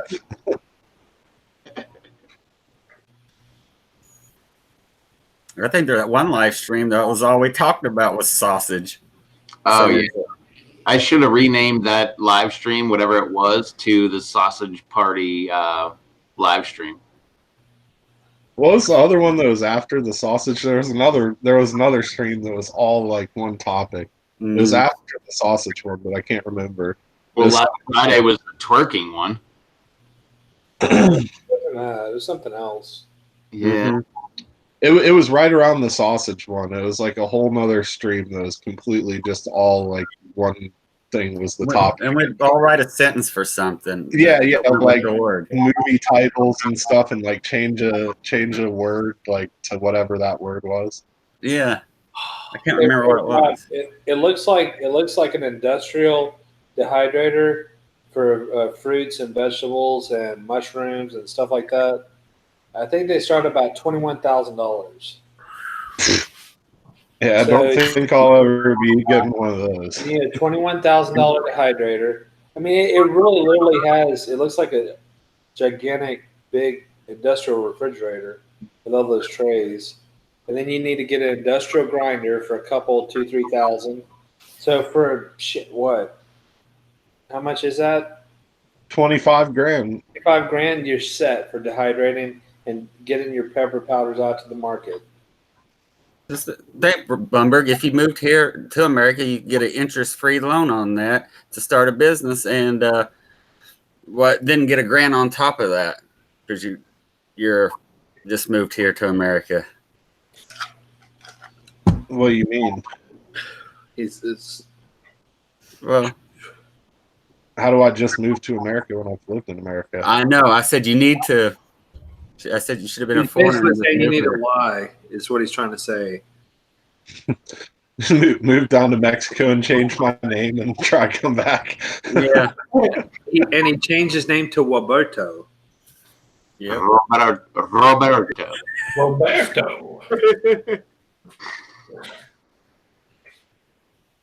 Yeah, exactly. Goham's got it right. That's a down payment for a house.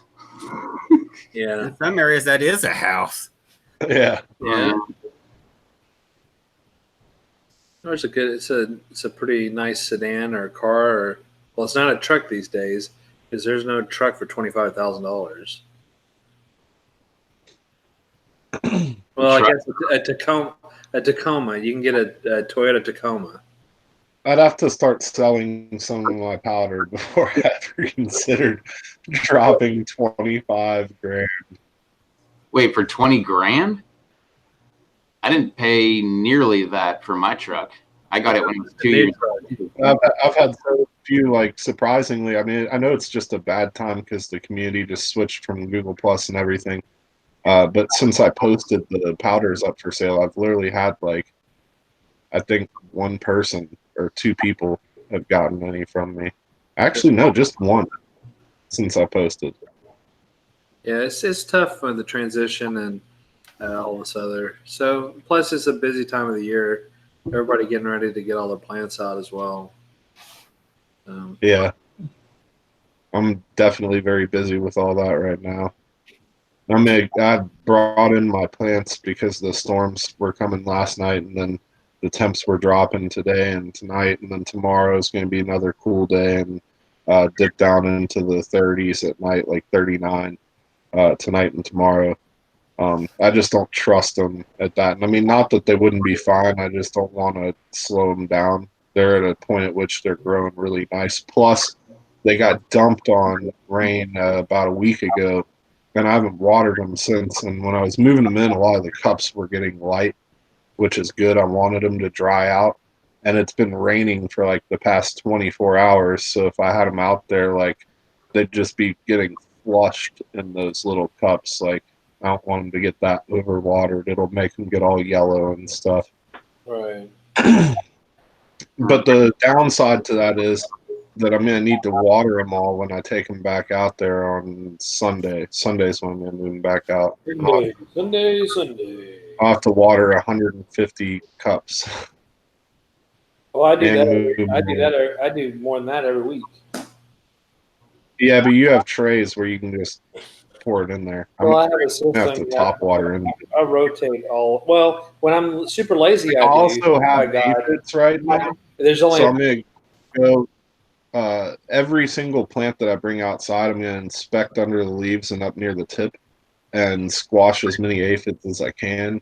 And that's going to, I mean, it's probably going to be like a 3-hour project when I move back out, because I'm going to really inspect every plant and try and kill all the aphids. I mowed and I cut down some stuff. I found, I don't know what it was. I didn't like grow enough to find out what it was. Either some type of flower or some type of weed that was growing that I posted a picture in the PLC of all these aphids like congregated on this whatever it is. I mean, I've never seen so many aphids in one place at one time. And when I was mowing my yard, I found several patches of it where it was just, I mean, like aphid factories. And I'm hoping since I cut all that. I think, what is it, daffodils? Or not daffodils? What the hell is that? Susie? Something. Hey, Susie. What the hell? Hey, Susie. Hi, Susie. I saw I have aphids on my plants, not like a concerning amount, but I mean, I guess any amount is concerning, so I need to deal with that. And I'm gonna just like squash them. I'm not gonna spray them because once I get them all planted in the ground and stuff, the predator bugs and everything will keep them in check. It happens every year like this. That around this time, I end up with aphids on the seedlings, and then once I plant them, the predator bugs and stuff are getting more into full force, and they take care of the problem for me. And before it goes off the chat here, Bergie Love wants to know who's on the panel. That was Blumberg that was just talking. I'm Reptiz TV. Charles is right next to me. Chad the Walrus, then Bounty by Observation, and Eric Hill. How's it going? What's up? Hey, Susie, I sent you a link if you want to hop on.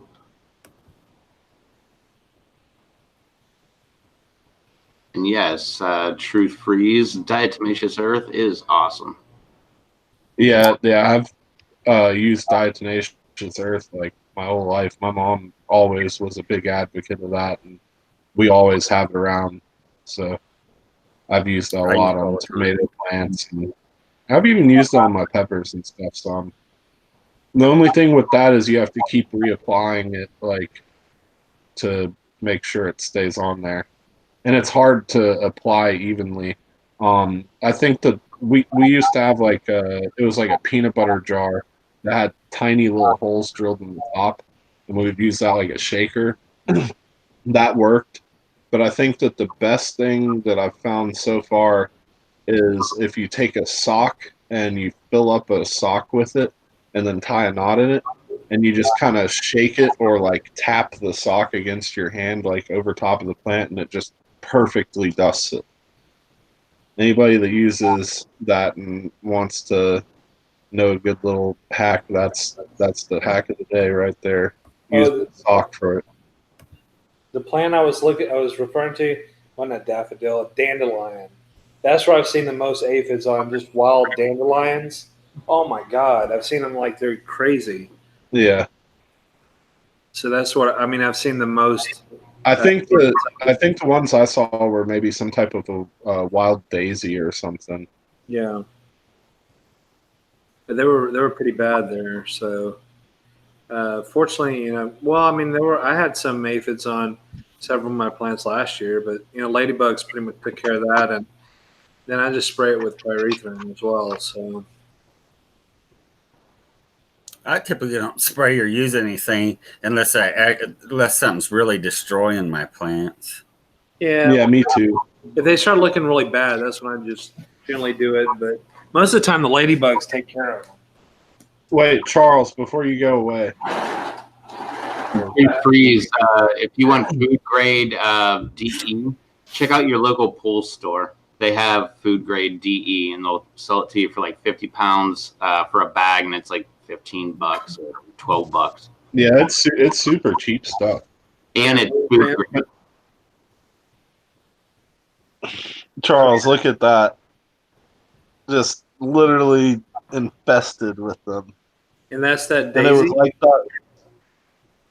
Yeah, I think it was some type of a wild daisy or something. Yeah. Yeah, here's another picture where you can see on like the stalks how they were just lining the stalks. Yeah. I'm like, so I've seen them pretty bad on a lot of wildflowers. And I mean, it was just all over them. And everywhere that there was a sprig of that stuff growing, it was just covered. Yeah, they like nitrogen, man. Wherever a plant has a lot of nitrogen, you'll look and see, like, I mean, someone was mentioning that to me last year. I don't know, maybe me and Rob were talking about it or something, but you're like, you have a plant that's super green, and then you have a plant that's like not as green. I guarantee you the aphids are like, going right to that super dark green one. Yeah. Truth. I was a pool guy for like 20 years. Every pool store I've ever gone to with DE, they all were food grade DE.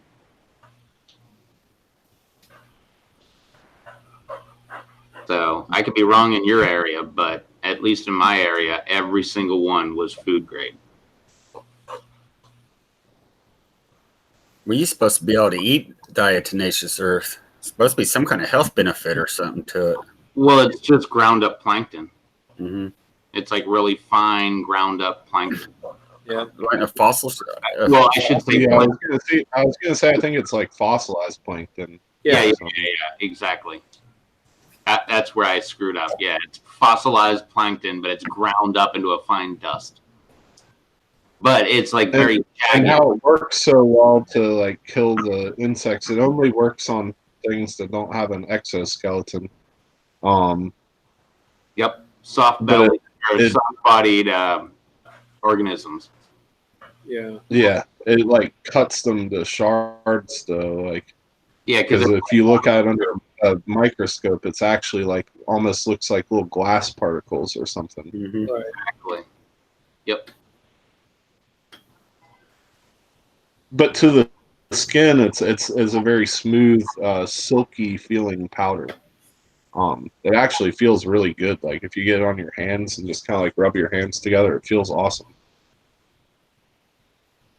It's not irritating or anything, like you would imagine. We give it to our goats for warmer too, and put it in their food. Okay. Yeah, because it cuts up the worms as it goes through their intestines.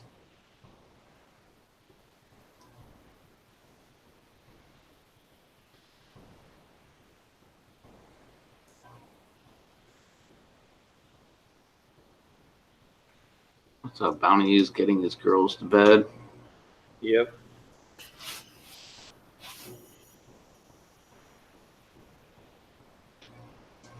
Yep. Yep. Yep. Yep. Yep. Yep. Yep.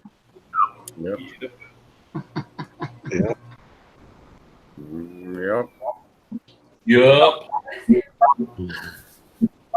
Yep.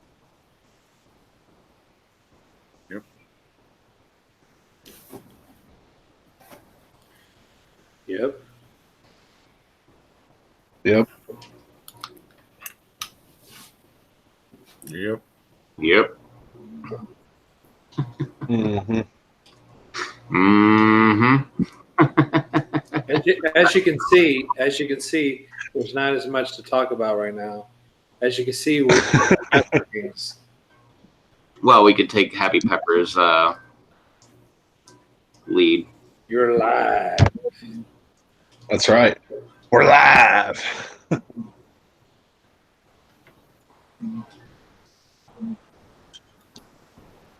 Yep.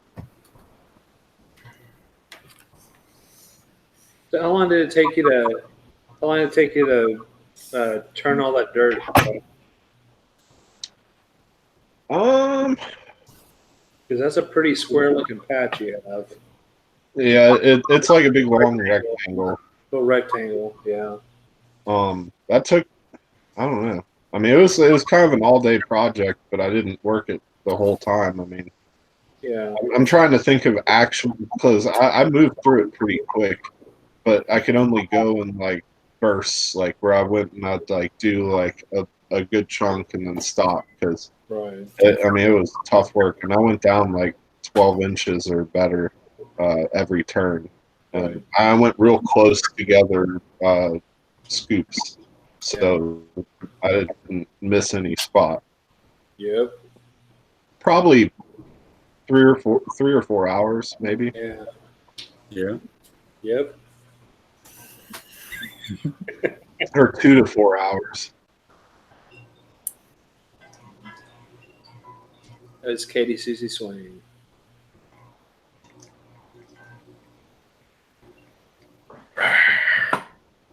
What's up, Chad? Hey, I'm back. Family came home.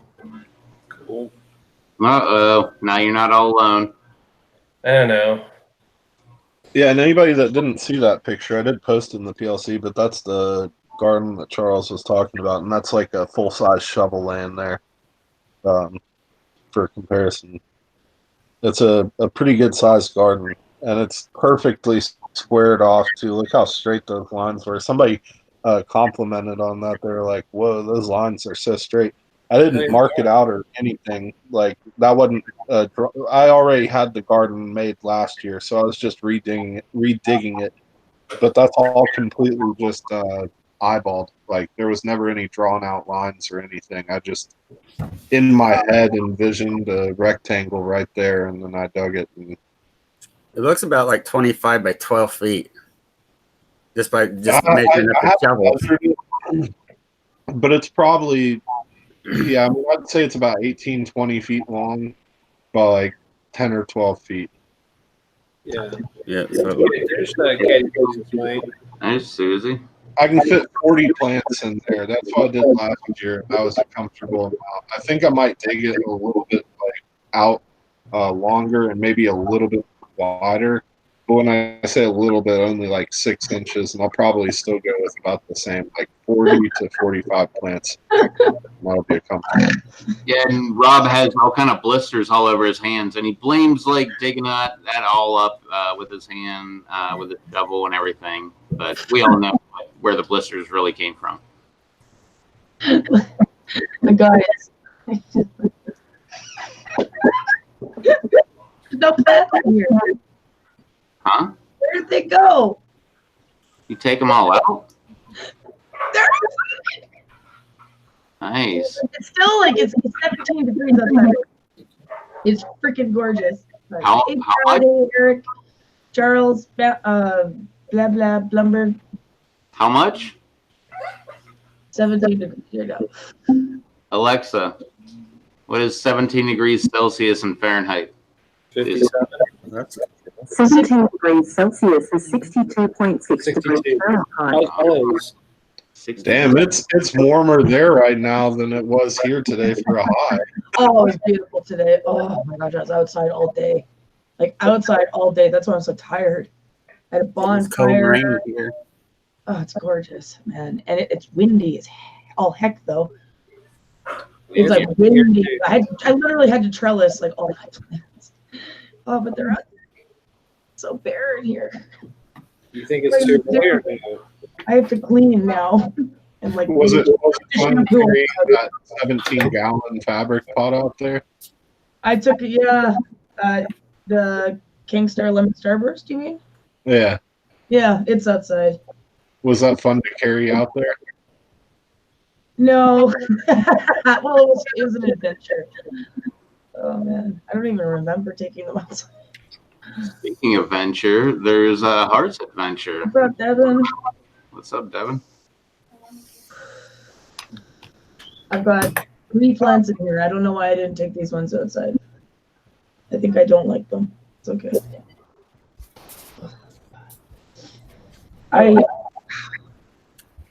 It's after midnight. Happy 420, everyone. Oh, happy 420. Happy 11:10. 420. It's not 420 here for another 50 minutes, but Well, you can go to the East Coast time for tonight. Oh my gosh. Hope it doesn't snow. Hold on, I got your phone. That would suck so bad. Take all your plants I out. will like murder somebody if that happens. Okay. Well, what is that? What is your outlook? I'm looking right now. I can tell you exactly how it's going to go. It's going to rain a whole bunch. Oh, that would be perfect, actually. It's going to rain a whole bunch, and then it's going to get cold again, and you're going to have to move in all those plants, and that 17-gallon fabric pot's going to be completely soaked and weigh about 3 times more than when you carried it outside. Yeah, right. Saturday down to 37, Sunday down to 35, Sunday 36, and then back up. It's gonna snow. It's gonna snow Sunday. Can someone? Oh, my computer is screwing up. Can somebody look up the temperature for Winnipeg? I mean, right here. Yeah, you're gonna get snow on Sunday. Oh, for God's sakes! Seriously? Yeah. Yeah, it says to Hold on. I need to check this for myself. today you got a low of 47, tomorrow low of 37, then the next day low of 35, 36. No. It's tomorrow's 14, then 16, 16, 18, 18. We're fine. Well, I'm in Fahrenheit. Okay, fine. Something. All right, so it's gonna be 35 on Sunday. So your area is not gonna get snow, but the high is 49.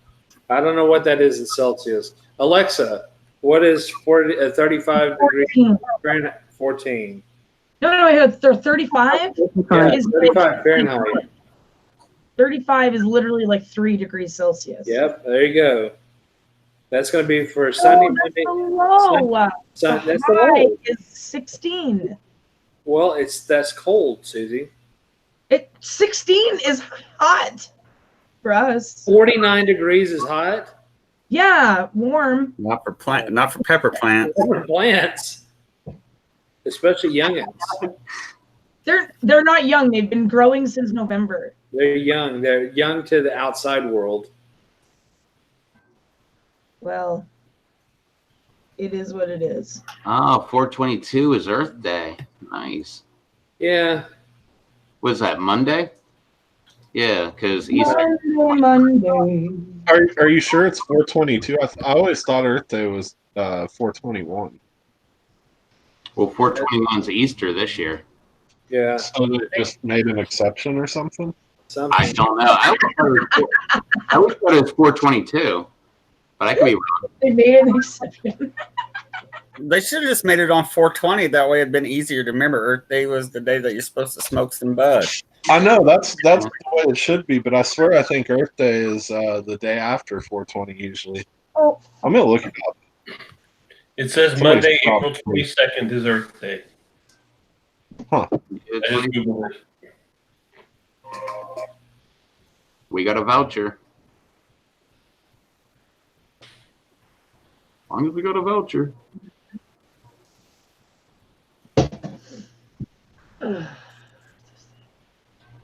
Why is this happening? Okay, I didn't even read the chat. Hey, Schaller. It's fine. Can't believe my plants are outside. I'm so Hopefully they make it. Yeah, I know people. Maybe it's the 22nd. Maybe it's just always the 22nd. Maybe I don't know. It's possible. 4/20 clouds my judgment for the day after. Yeah. Or the other day after And the that. day after that, and Oh my gosh, I'm at 5%. huh? Nothing. I'm just talking to myself. Oh my god, I am so still drunk. I was drinking wine today.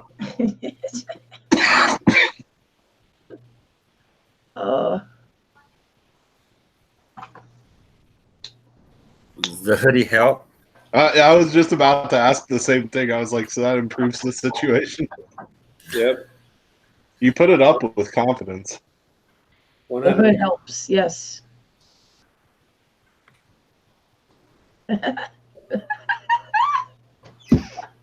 I love giggly Susie. Oh my goodness. Oh lordy. I like giggly anybody. Oh, giggly Bounty, by the way. He's going to be extra giggly when he comes back from why was he putting his doing girls that? down. Well, not only that, but I think he said he was putting his girls to. he had to say bye to his cousin. You know, like a few minutes before midnight, it was time to put the girls down, and it may take a little bit, but he'll be back, and I bet he'll be in a good mood. Oh my gosh, I I really need to go check on my plants. Oh my goodness. Worried. What? Starting to get worried. Oh yeah. I'm dying inside right now. I love how serious you became. Like, oh yeah. Like you were like high on the world when you came in. You're like, oh my god, my plants are outside. It's so great. As soon as we were talking to you, you're like, I have to go check on my plants now. I'm scared. I did go outside though, like when I first did the thing. Now, like 10 minutes ago. Well, maybe 15 or 16 minutes ago, I think. That's too long, Susie. You need to go look again. Something's happened. I know. What's up, Fishing Dream? They're new here. Hey, you might want to check out Rob Blumberg. He loves fishing. What's up? Same with Chad. Walter doesn't fish.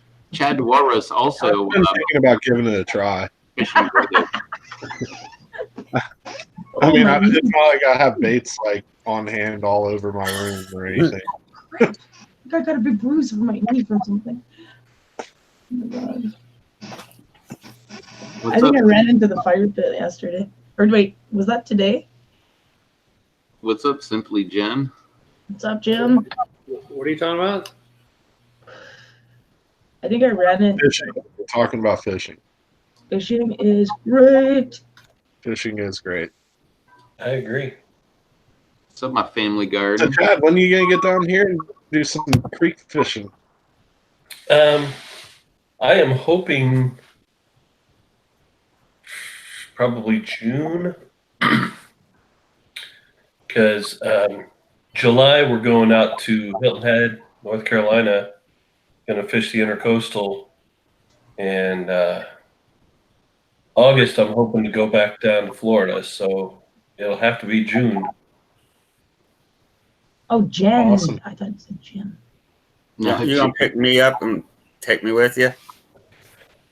Make a trip out of it, man. yeah, might as well. He's like right there next to Yeah, that would be awesome. Dude, How far away are y'all? Aren't you guys like a couple hours away or something? Yeah. talk about a big fishing collaboration right there, man. Dude, pick up Eric. Chad picks up Eric or whatever. Eric goes to Chad's and like meets up with him. And then you guys drive down and grab Blumberg and then head to Hilton Head and like go out fishing deep sea, or you know, out on a charter. There you go. Right. It's already spoken for. I've got a full car already for that one, but No, Chad can just grab Eric. Beth could take Eric to meet Chad somewhere. Yeah, and Blumberg will just ride on the roof. It's no. No, I was just saying that they can just come down here and we can go creek fishing around here. It's awesome around here. with the smallmouth you've been catching, I can't wait to get down that way. Oh yeah. That and all the pretty little sunfish and stuff. I mean, it's awesome fishing in the river around here, and it's so like scenic, like just the most beautiful areas ever. I seen some of those bluegills that Chad pulled up in his video. Man, them was some nice slabs there. Yeah. Did you see that? They were. Yeah, that pond, the pond where we're in the pontoon boat, I've not pulled a bluegill out of there less than 7 inches long. You know, That's kind of reminds me of this pit that I fish at, man. It's got the huge bluegills like that. And I remember one year it was in the fall, like November. It was kind of cold. Man, we sit there and caught up like 130 of them. That was all big like the one you caught. I had never seen that. It was one of the best fishing of my life. Those things are some of the most beautiful fish in the freaking world, I swear.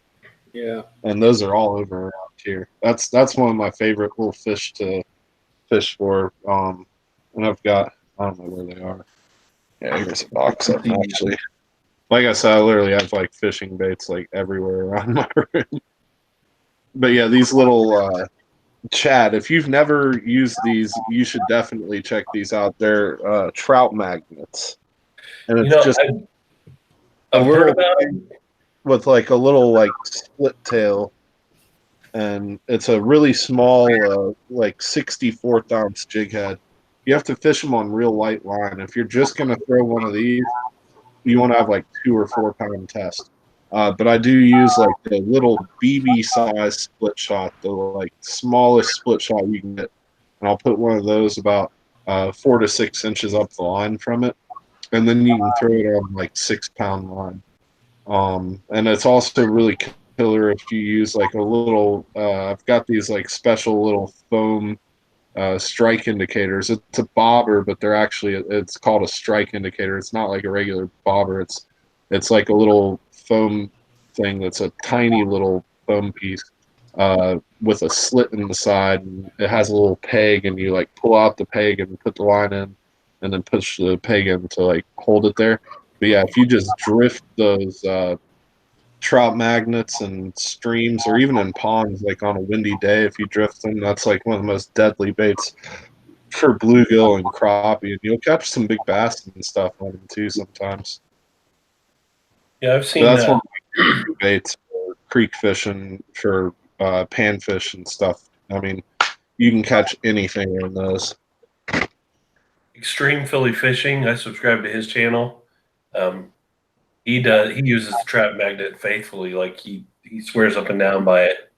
And he catches multi-species, everything on it. So I was gonna say I've caught just about every single species that's around here on those. I mean, I've caught gar, I've caught every species of bass, I've caught trout, drum, catfish, carp, all sorts of stuff. Every little minnow variety. And the cool thing about them is they're so small. I'll catch little tiny bass and stuff, like little itty bitty babies. And it's really cool. Like I like catching small fish sometimes, like just tiny little microfish. yeah, I like the microfish. I've got 2 poles that are set up for microfishing, specifically with 4-pound test. And yeah, I love it. For the trout magnets, I use a rod that has 4-pound test. It's like a 6-foot medium action rod, but it's more of a light action rod. It's pretty flexible, but it still has a little bit of stiffness to it. And like throwing a real light bait like the trout magnet, it's like perfect for it, where I can actually cast it out pretty far just on 4-pound line. I've got a spool of 2-pound line for that same bait. Yeah, here's another example of one of those long ears. Those things are just magnificent. Look at those colors. It looks like something you'd see in the ocean. Like, it's almost hard to believe that that's a freshwater fish, but it is. Yeah, we catch those in streams up here too. We call them pumpkin seed. Yeah, that's what I was calling it. Pumpkin seed. Well, like I said, the ones that you guys catch are a little bit different from these. But we have pumpkin seeds around here too. I'd have to go back and look. I know for sure. Yeah, it'd probably be in there. Yeah, here's a pumpkin seed, Chad. That's what you guys have. Does that look like the ones you catch?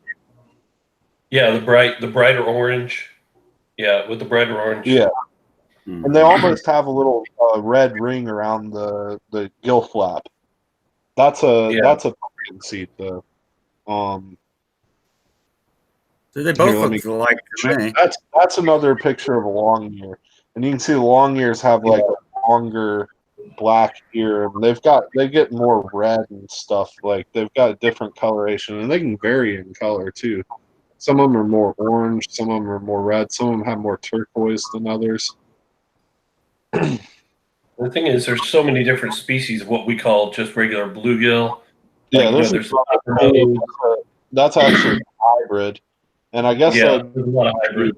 A hybrid bluegill, but it's a bluegill and a green sunfish hybrid, and that's a good example of a green sunfish right there. They've got like the blue streaks up by the face and kind of little blue specks going down the back. And the real giveaway characteristic is on the edges of their fins, they've got like orange tipped fins. And they're usually real dark like that. They can be lighter. It's a green sunfish, is what that is. And let me find a. Yeah, here, this is an even better picture. That's a textbook green sunfish of what they look like. They've got kind of bigger mouth, and they've got these like radiating bands coming out from their mouth, and then they have a little bit of some dark like vertical tiger stripes. That one isn't showing it off real well, but they've got like little blue specks all the way down, and then like you said, on the edge of their fins are orange. Hey Jen, she said she tries growing jalapenos this month, but always stresses out why can't she make it. One thing that most people do with peppers is overwater. That's what I was getting ready to say. Yeah. So one of the best things to do is wait until the leaves start dropping, or over fertilizing too. Like I feel people get into it and they see all these people using all these different fertilizers, and they try too hard. Where I always recommend that people, when they're getting into it, just like get into it. Don't worry so much. Like as long as you keep it alive, don't overwater is probably the best beginner advice. Like let it dry out to where like the cup or whatever you have it in, container, whatever, gets light. And the plant just starts to droop. Don't freak out when you see the plant drooping either. Like that's normal, and that stresses the plant, and it actually makes a stronger, better plant. So mine are all drooping again right now, and I didn't even water them. I said, heck with it. I'm not going to do it until tomorrow, at least. Might wait until Sunday. What about you, Susie? What's your advice for new pepper growers? You're one of our newest pepper gurus. Second-year grower. Advice: don't overwater. That's a couple of your reapers. Did you say don't overwater? Yeah. Awesome. That's exactly what we all said. Oh. But show those again, Eric. You see them? What are those? Sorry. They're reapers. Oh. That Blumberg sent me. Nice. Yeah, those are the Blumberg Reaper genetics. Yeah, the way it was described. Actually, my buddy Catman was the one that first got the seeds, and they originally came from, believe it or not, Pepper Joe's. But it was when the Carolina Reaper first came out, and Pepper Joe's was one of the only other places that had them available, or one of the only places, period, that had them available. Like where you got your seeds, Susie? Hmm? Isn't that where you got your seeds? Pepper Joe's? Some of them. Yeah, she got a bunch of seeds from there. I'm not a fan of Pepper Joe's, and a lot of stuff. I'm not either, actually. I'm really not. That's why. It's kind of like Russian roulette. It's like pepper roulette with Pepper Joe's. Yeah. That's why I was bringing it up. And my friend, like, he won't ever order from there again because we bought like a few different things a few times that never turned out to be what they were supposed to be. Got some cool peppers out of it, but not what we were going for. Well, remember that pepper that I had last year, Blum? It was supposed to be a Nog Viper, but it was like matte. It was not. It didn't look like it was a pepper, of course, but I mean it was very produced a lot of pods, but it was not a Nog Viper. I don't know what the hell it was. It was but it was actually delicious. So I don't know. It was really good. The way it was always described to me about the watering thing is peppers hate wet feet.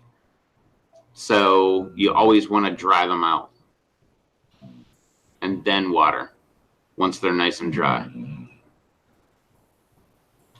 Super windy outside. I just went and checked on my peppers. Oh, it was super windy here, and it was like a mini hurricane going on here. It was 40, 50 mile an hour wind gusts. Trees were all falling over.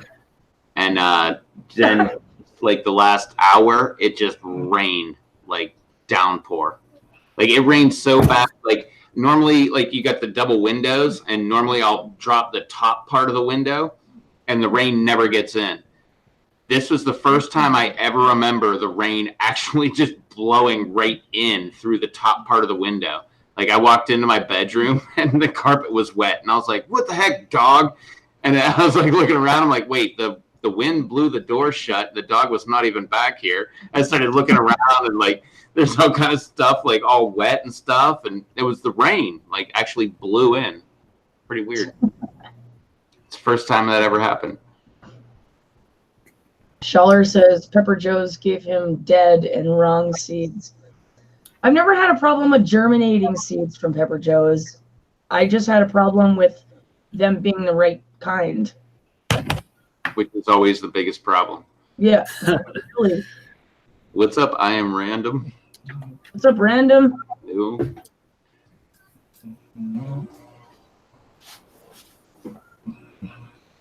Yeah, hopefully that'll help you a little bit, Jen. Well, as far as like the don't over fertilize thing, like I kind of over fertilize. I use hydroponic solution and I water only with that 100%. Like 100% of my hydroponic solution the entire time. Most people are like, "Oh, I've never had a problem with like over nutrient, like I don't know. Some people like I see there that it's like, oh, you gave them too much nutrients. No, like I feed. You're right. Like I do the same thing. Well, not lately, but when I first start my peppers, I'm only watering with my water that has nutrients. Yeah, full strength. Yeah, full strength. Yep. What's up, girl? She's talking to you. Hi. This is my niece, Brooklyn. Hey, Brooklyn. What's up, I like Brooklyn? your ears. Is that for Easter? Yeah. Nice. That's funny. Brooklyn. That's just like my nieces and nephews. They're all named after cities or countries. Like I got my niece Sydney, my niece Scotland, and my nephew Austin.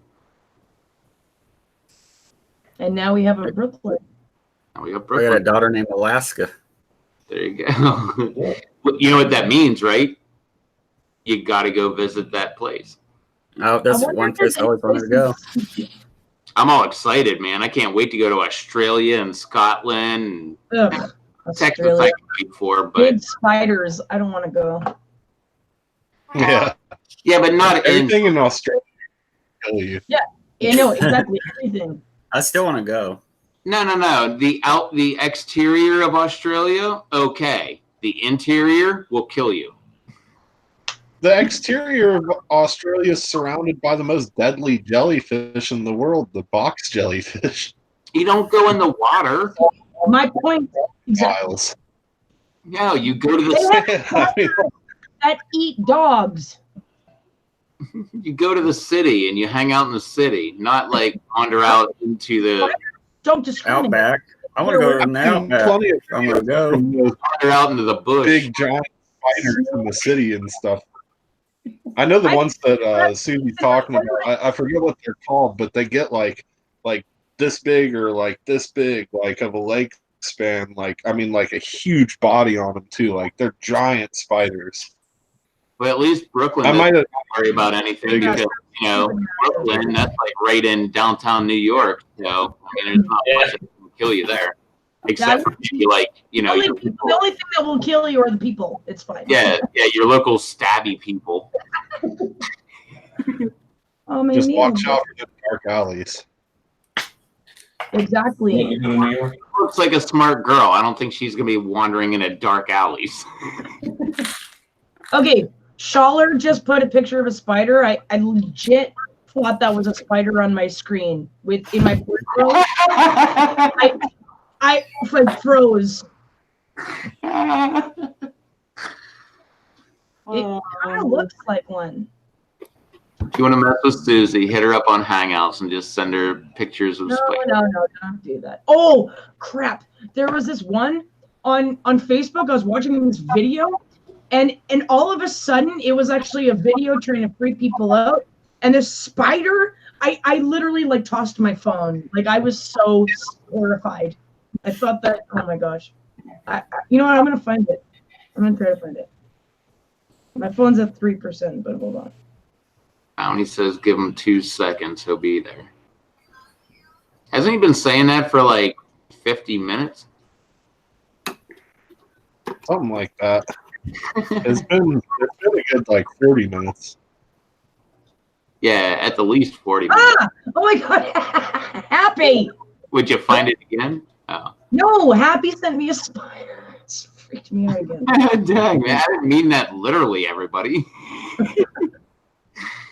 Just said that as a joke. Her Facebook and everything's gonna be filled with spider pictures now. Gosh. I know. And you're right, Rocky. I welcome spiders in my garden 100%. I just stay off me. Like, don't come near. Oh my gosh. Okay, so we have this spider. It's called something, and it's massive. And also, it had a web. Okay, and I was actually picking peppers, and my arm was in the web, and it was just like chilling on my shoulder. And I looked over here because I see this big ass thing, and I was like, oh! And I literally jumped. Like I there was like a Susie shaped hole in the freaking in the fence. Oh my gosh, it was so horrible. Charles is in the Amazon over there. Cat's eye spider or something. It was massive. Yes, see green. I see trees of green. Just kidding. Turn your phone sideways. He wanted to see what. Bye, He Brooklyn. wanted to see what the Guyano looks. Guyana. It's like 14 inches tall, but I mean, it's ahi, so it's gonna grow crazy. Yeah, they're gonna be tall and lanky. So, yeah. So I was just looking through things, and I was looking for my reapers, but I can't. I don't know where the hell they are. They're somewhere in here. One of those plants may be a reaper. Somewhere.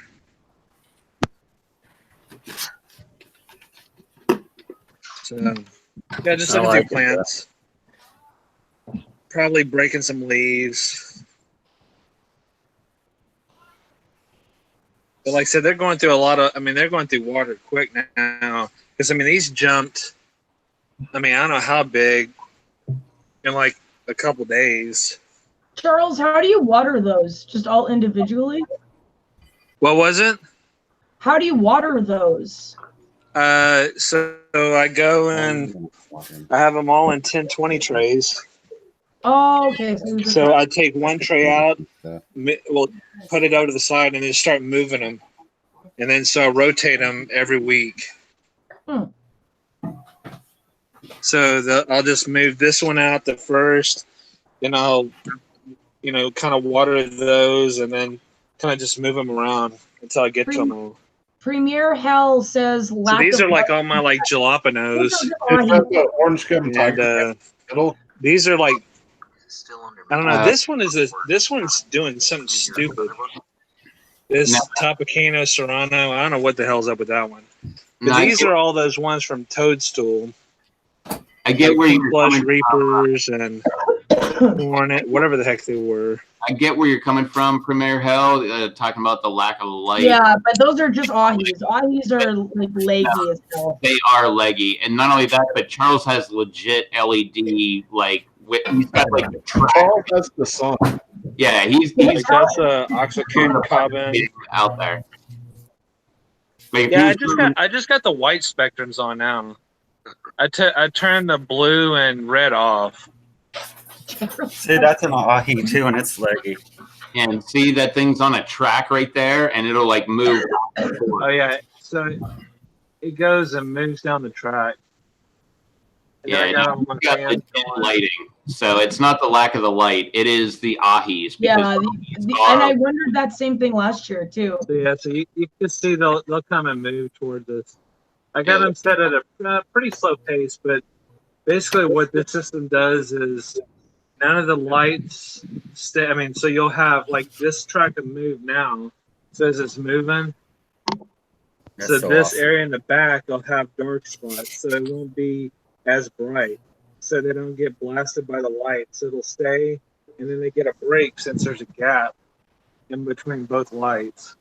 So they won't get constantly blasted by light. They have periods of dark, well, not as bright of light between them. So it gives them a break every 35, 40 seconds or whatever it takes to come back through. Well, Premier all the lights lack UV. The sun is obviously ideal, but yeah. I use. But like I said, the only disadvantage of this is since I'm crazy and I grow so many plants, they all start competing for light. So they want to get ahead or top of the canopy, and they start getting leggy past like this point. So, but like I said, it evens out when you get them outside. But yeah. So I think I have 200 and something plants in here. I have around 200. How big is your grow tent? I think like Charles. Is it 4x8? Yeah, a 4x8. Okay. And these are like my pepperoncinis and stuff. And that's a 2x4. They're all in this one. Yeah. So those are my smaller ones. I love your setup, Charles. Then I got my marigolds. These are all my marigolds. Yeah, and then one thing that I say is you put those suckers as close as you can together. Like the worst case scenario, you start moving them apart, but you put them as close together as you can and let them compete. And then when one isn't competing, you move that one out and put it in a different area. Yeah, I've got a couple of them look like crap, but most of these are pretty good size for what they are. That is a nice light too. I like that one too. Oh, he's got top of the line lights. Yeah. I just got it's a crappy professional like setup. Yeah, I just got crappy fluorescents, and mine do okay. Although I do keep my fluorescents like almost touching the plant. Like I've just got cheap hey, LEDs. Rev, then that's my formula. What is that, Master Blend? 4.4. Yeah, so 4.4 Cal9, 1.2 Epsom salt, 2.4 Master Blend. So 2.444, really? Oh, you're high on the Cal9. I do it the opposite. I'm usually high on the Master Blend, then middle on Cal9, and then low on the Epsom salt. This, because they've done really well for me. Oh well, to each his own. And you got to remember that, for the most part, I wasn't feeding these for a while. I just let them just stay with like water and whatever was in the soil, because I wanted to keep them so they were not too tall and they're about the right height when I want to take them out. So these are about right how I want them when they go outside. Oh, Premier was talking about growing weed. If you remember the other day, the live stream, I took that pink blush Reaper and showed it. So after it got fed, I mean, look how big it got now. I mean, that was a lot smaller plant the other day. Yeah. Oh my God, Happy Pepper. That's because you're old. Yeah, these are. I don't know what the hell these are. These are Mammoth jalapenos. So these are Rob Blumberg's Mammoth jalapenos. I haven't grown those in like 5 years. I've never grown them. There are quite a few of those. Yeah, I've got like 15, 20 sprouts popped up. I don't know how many I'm going to keep. Maybe 6. And 6 New Mexico lemon spice. Maybe 6 early jalapenos. I'm going to grow a bunch of jalapenos because you can put them closer together. Rocky grows under the moonlight. Yeah, because a jalapeno, they grow more compact than like a lot of the other ones. My jalapenos last year did that. Yeah. I don't know, Premier. I think anything that you grow will compete for the light no matter what. Doesn't matter if they're all like hot, smacked in close together, or if they're like spread out. They're still. Premier, what is the hottest pepper you've ever grown? I'd like to hear that. I think OG Kush is what he said. Yeah, I think you're. He's that guy. Yeah, pretty. I got something over here. Or I shouldn't call it weed. It's cannabis. Technically, it's a weed. Well, it grows like a weed. That's why they call it weed. But technically, it's. I don't like to call it weed because that's kind of disrespectful to the plant. For those.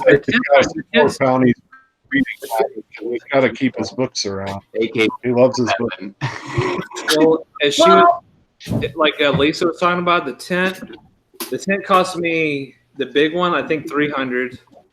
Yeah, I was gonna say between $300 and $400. Yeah. So $300, $275 for the light rail, $500 for the lights, $100 for the fans and everything.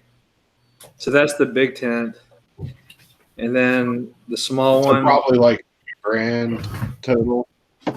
for that one, and then I'd say I have 500 in the other two tents, or more. 500 each.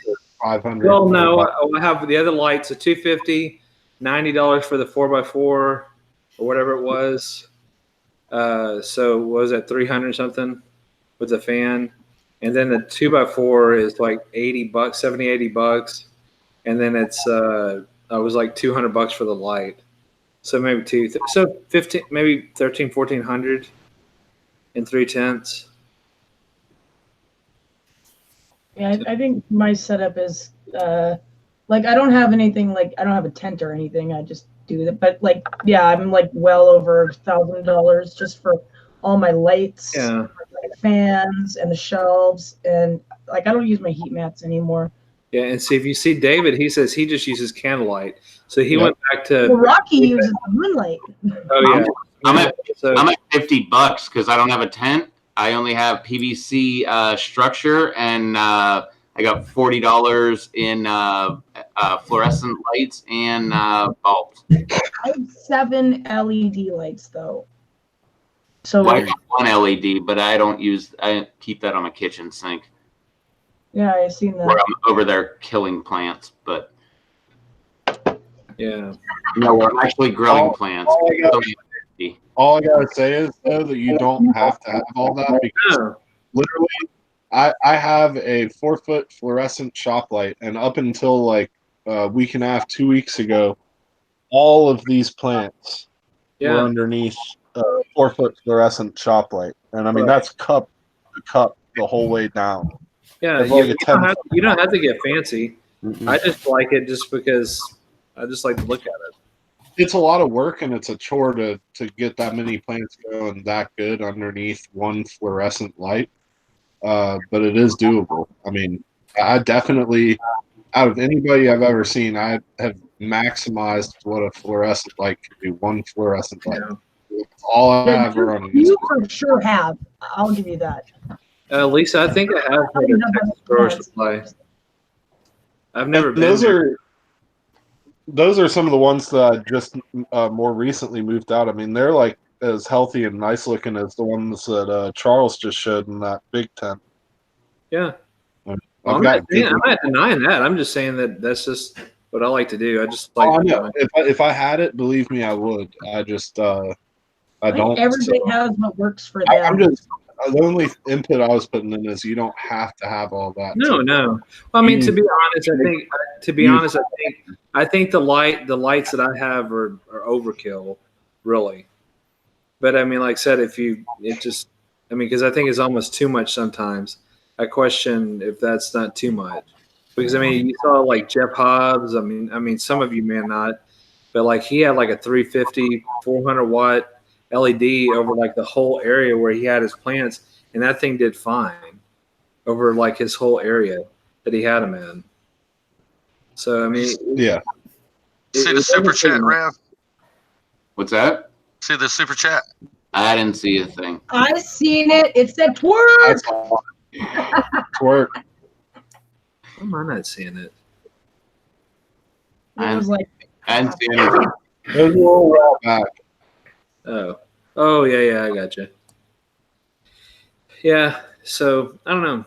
Like I said, that's the setup I like, and like I said, hopefully I won't have to ever get anything else. So I think what you got is pretty much a lifetime setup. Yeah. I mean, you may have to replace the lights somewhere along the way. Shit, I love your I do setup. too. I mean, like I said, for the most part, I mean, I know what I can max out. So. Did you have that same setup last season? Mm-hmm. Yeah. Like I said, I mean, that's what my family gets me. They give me. I mean, I ask for.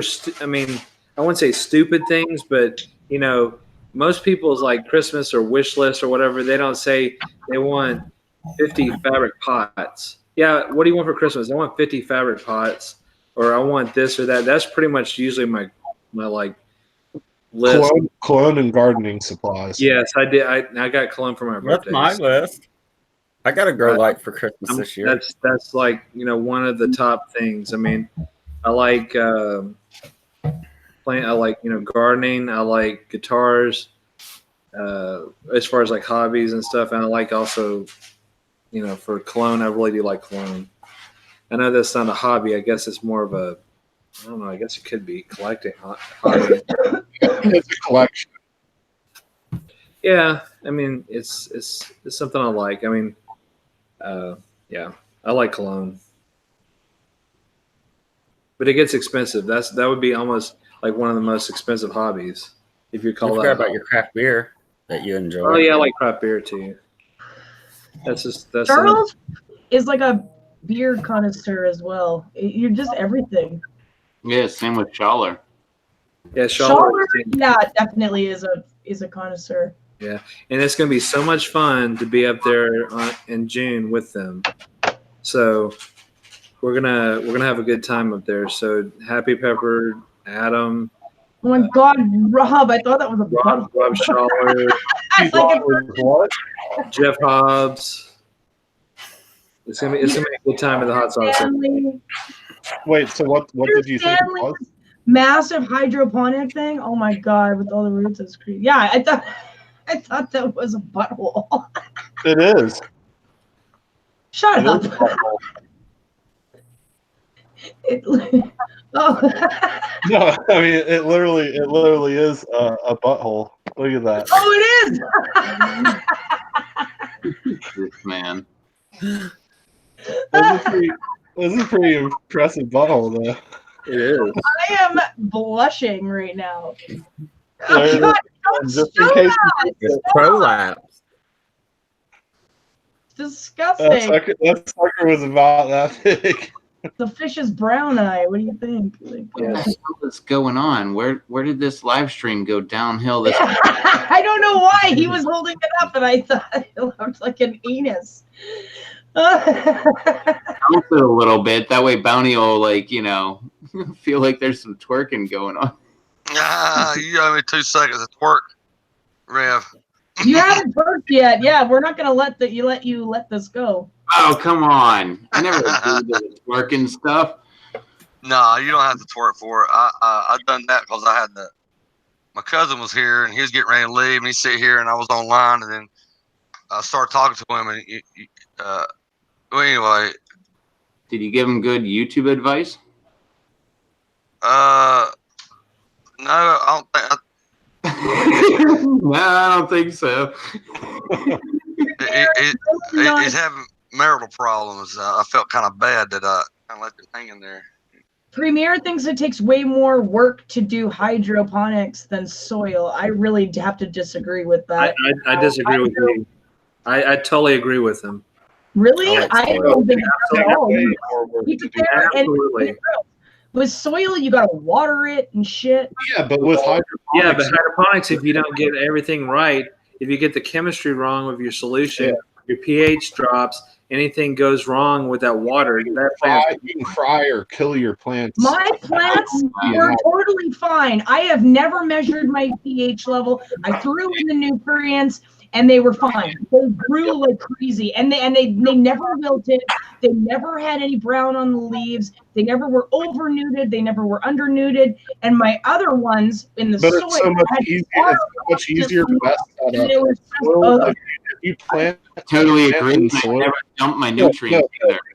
Soil is so much easier. If you plant a plant in good soil and you make sure not to overwater or underwater. Yeah, exactly. Hydro, you just let it sit. You don't have to worry about it. But you have to have that solution just right. I mean, like he's saying, not me. I didn't do that. But like Premier Health saying is that you're taking everybody who's done hydro has had issues one time or another. Where you're so far you are the luckiest people on earth. I've honestly never had problems. Like you see it. That was right there was all hydro. That's why I threw in a couple air stones and it was fine. That's why I'm a big advocate. But you're on your second year of gardening. You haven't had enough time to mess up. Rev has, And I'm sure Rev will admit Oh, you're that he's right. had. Yeah, I haven't had enough time to mess up. I haven't messed up yet. I still It's been could have messed 5 up right years from now. the start, right from the get go.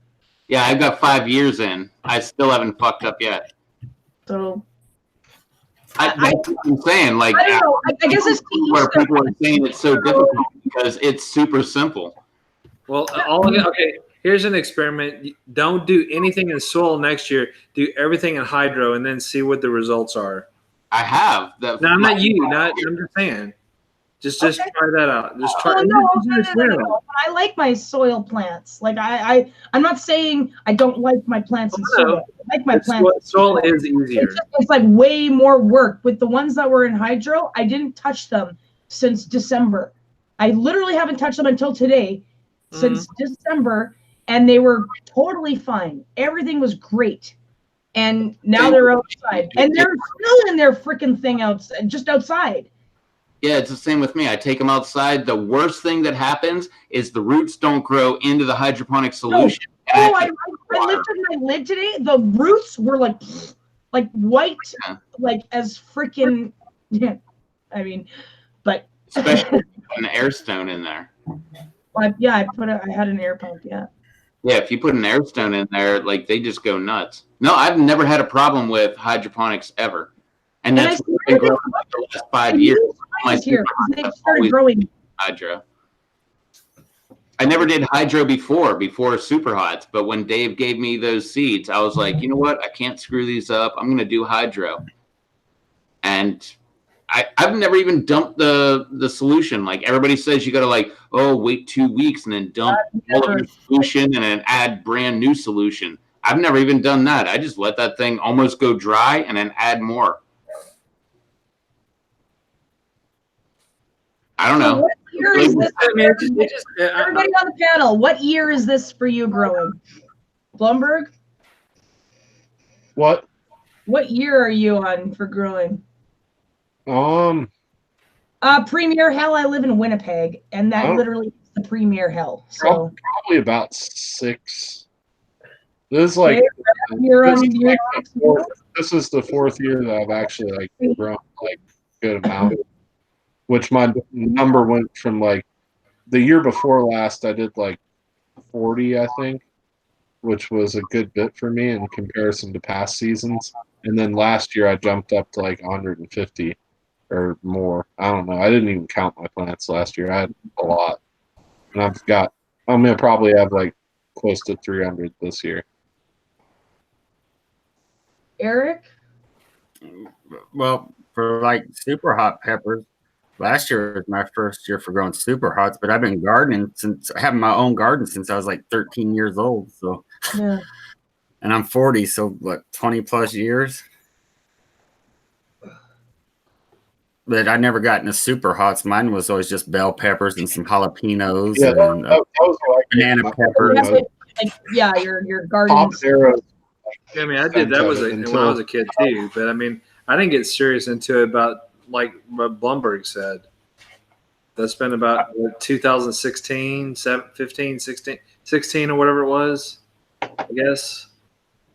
Yeah, I was in 2005. I started organic gardening, and then I think it was 2013 I started aquaponics, and then wasn't until 2015 or 16 I started hydroponics because Dave gave me the pepper seeds, and I didn't want them to go to waste.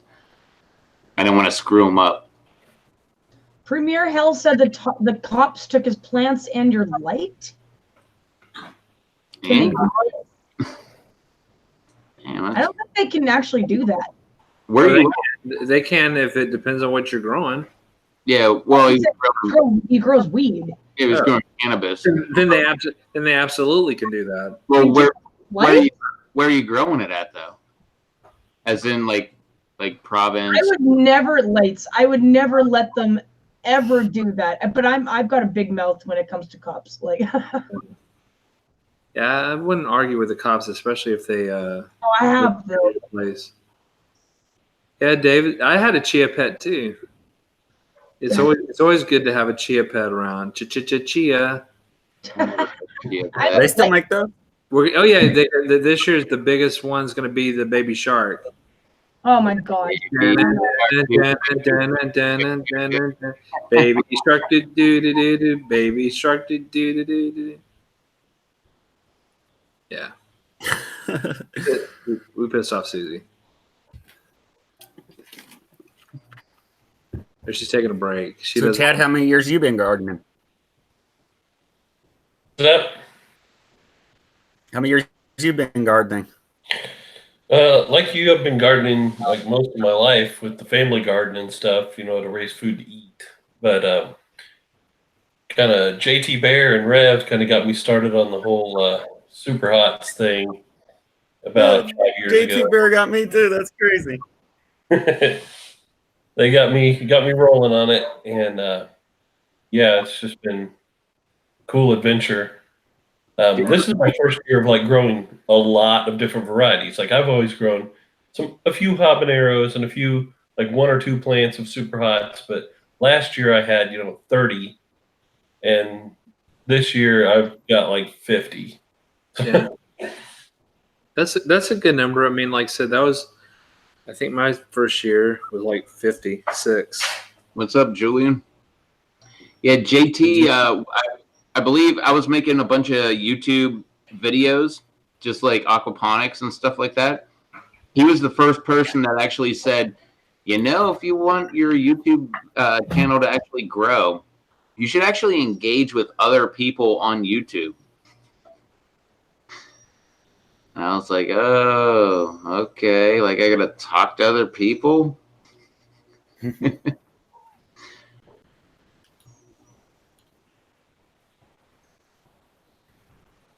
How about Bounty? How long is he still here? My screen's green.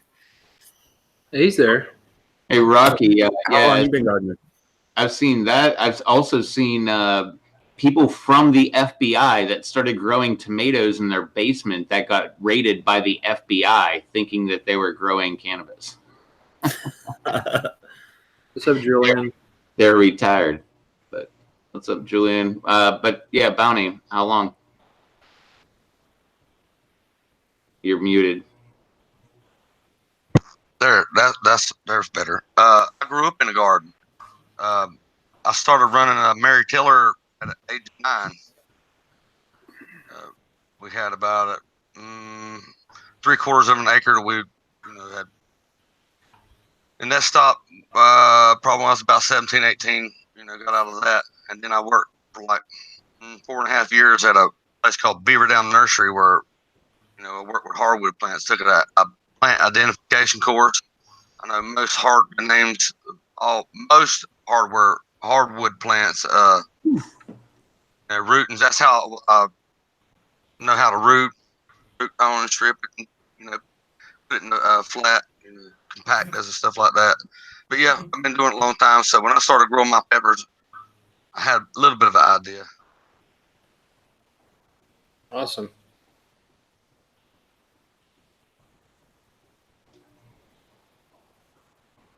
Plants. Yes, plants. Plants. A world where things grow green. Yes. Watch.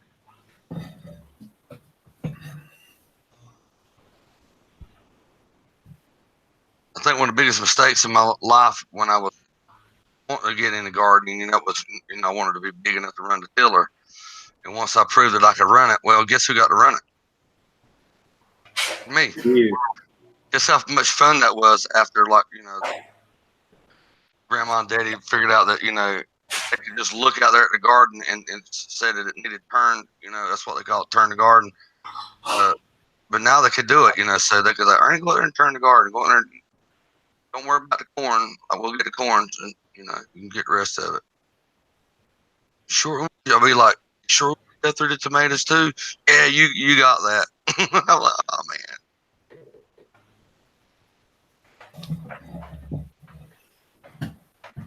Later, Rob.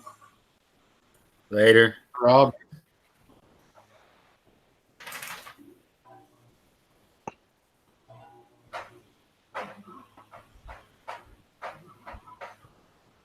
Shoot, I used to eat right out of the garden. Grandma be listening. need to wash that. It might have sand dust on it. I'm here saying that. We got to eat green beans right out the garden. Tomatoes, cucumber. That's why I like cucumbers and tomatoes right out of the garden. Oh man. Oh yeah. Making me want. I don't like cucumbers at all. I hate cucumbers. Oh dang. Oh. I'll take my son. I love them. I'm not a big pickle fan either. It's got to be Clausen pickles for me to eat it. I don't like regular dill pickles. I like to throw a couple of habaneros in the pickle jar and make some nice spicy pickles. Mm-hmm. We've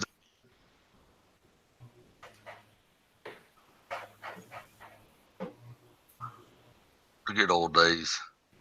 Yeah. I'm ready for some sweet corn out of the garden. That's one of my probably my most favorite thing. I got some peaches and cream that I'm planting this year.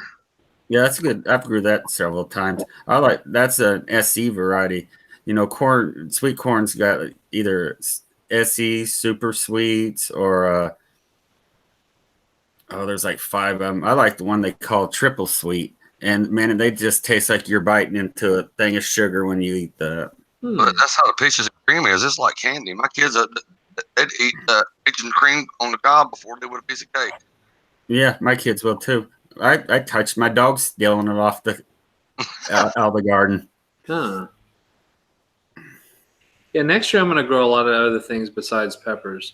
I'm going to cut those half, 3/4. I don't know what it is. I'm not going to grow as many peppers next year.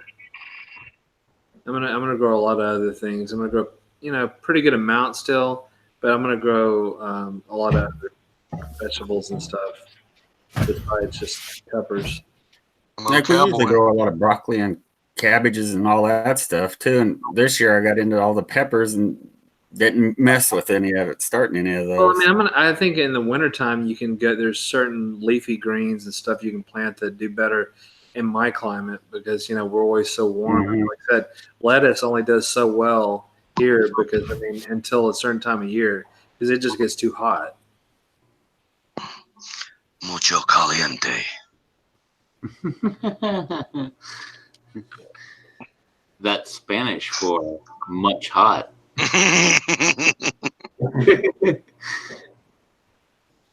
Muy caliente. How about that? There you go. It's spring and fall anymore. Yeah, well, it seems here it goes straight from winter to summer, then from summer straight to winter anymore. It's true. Not here. Chad knows what I'm talking about.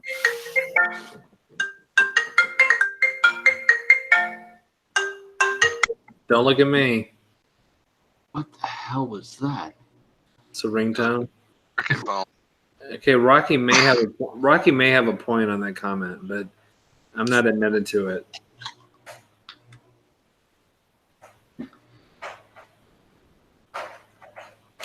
Yeah.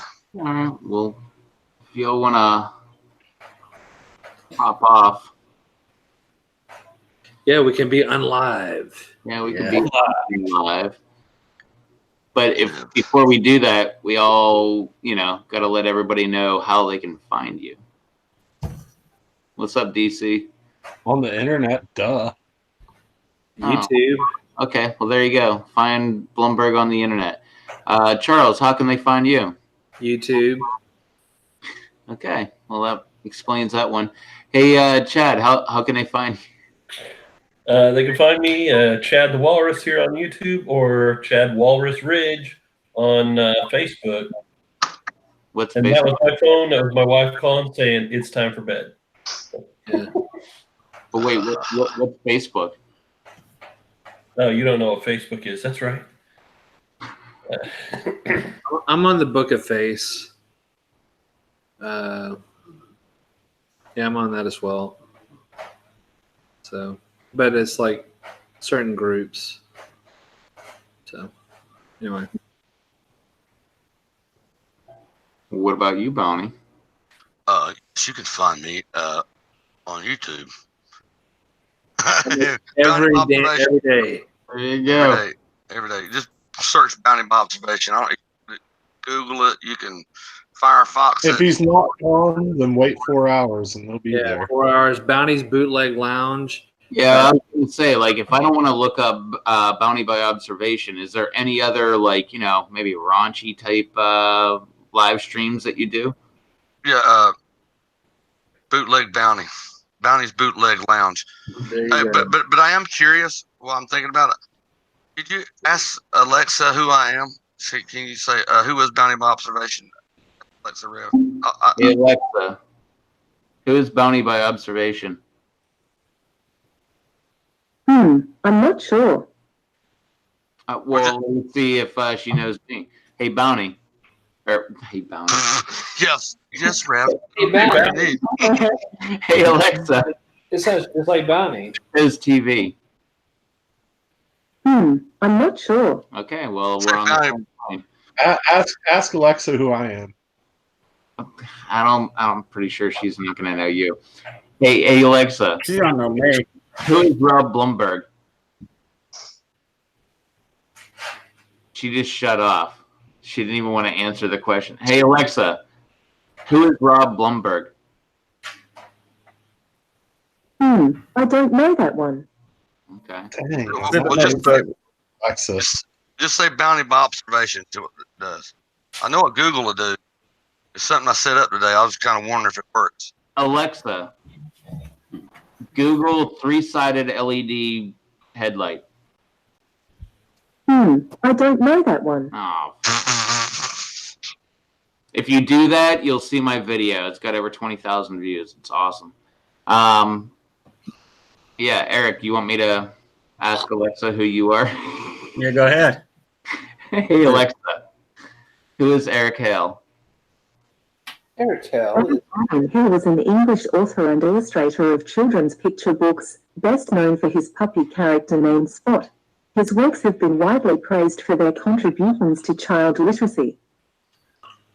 Hey, Spot. What's going on, bud? Yeah, and that's exactly who we have in the chat. Spot. That's me. You guys didn't know that about me, did you? I don't think you knew that about you. All right, good night, everybody. I got to get off here. All right, good night. All right, later. Good night. Hanging with you. Tell them how they can find you, Eric. You can find me on YouTube and on the other platform, something with a book in it. Oh, I don't know that one. Fancy MySpace. Fence? Yeah. It's in MySpace. Oh, MySpace, right. I know that one. It's a fancier version. Yes. I'm on there too. I'm on there. All right, and Susie, you can find her at Cade Susie Swain. Exactly. But she is obviously busy at the moment, worrying about her plants outside. It's true. Okay, hang on. Hey, Alexa, who is Dangerous Criminals? Sorry, I don't know that one. Sorry, you're in the same category as all of us. I think you got to Except say for me. search, like search in the name. Okay. Hey, Alexa, search Revtos TV. Okay. I'm not sure what went wrong. Oh, well. That's crazy. Watch this. Let's see what Google says about it before we go. Oh, yeah. No, Google knows everything. Okay, Google, Toast TV.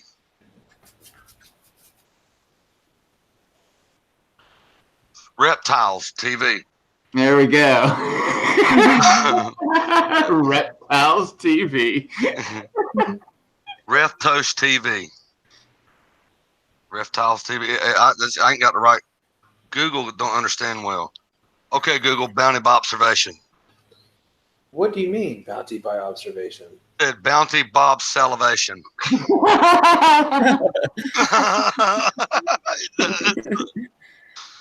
Bounty Bob Salivation. That is a good channel name. I'm gonna start a new channel tomorrow.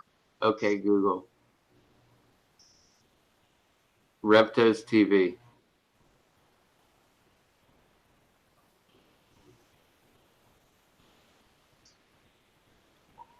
You do it. Can't reach Google at the moment. Okay, Google Reftos TV. Worthless TV. That's what it come up.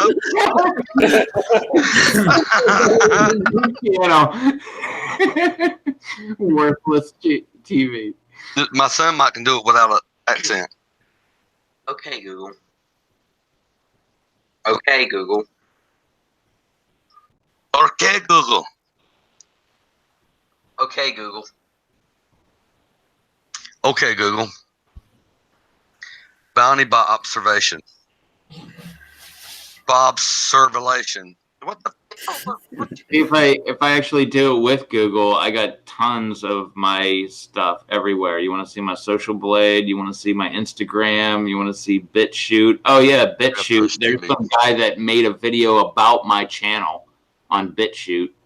If you Google Revtos TV and BitChute, you'll pull up that video. It's some guy that just made a video about my channel, talking about like how he understands my channel, which I don't think anybody can. Look, here's a viyoutube.com, which is like some weird channel like in China that copies all of my videos. How about this one? GOSUvids.com. That's another copy my entire channel. Here's one from aquaponictanks.com. Instagram, Twitter, socialjunction.com. No clue what that is. Social Blade. Yeah, if you want to have like a fun time, Google yourself your YouTube channel and look at all the links. And not only that, but go through like page 6 or 7, because you will find the craziest stuff that you've ever seen. Like I found like Chinese knockoffs of YouTube that are the exact clone of my channel. Check this out right here, Rev. Look here. Here it shows my videos, and you go through my videos, and then right there up under it says "dangerous criminals." When you search bounty by observation, the bottom video is dangerous criminal video about me getting swatted. Nice. No, I got all kind of weird things though. I got knockoff channels in China, Spain, where else? What was it? Belarus, somewhere in India. I can't remember all the different places, but they got like an exact replica of YouTube, but it's a knockoff of every single video that I ever put up. And it's a knockoff of my channel, but they have it on their site.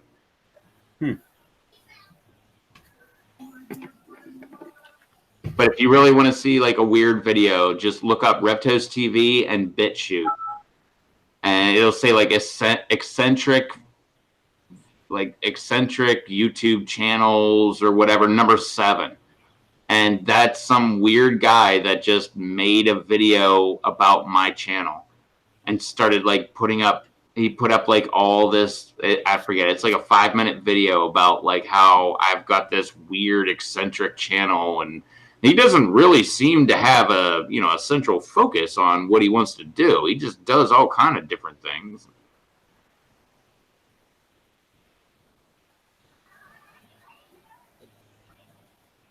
What's up, kicking it with Cheryl? But anyway, yeah, we said we were going to end it a while ago, but all right. Well, we already went through all of our fun, happy social media stuff, so I guess that's where we can go ahead and leave it. So later, everybody. Later, people. That was it. We were live. Live. You guys were here. You know it was awesome because you were here. And we will catch y'all in the next live stream. So till then, later.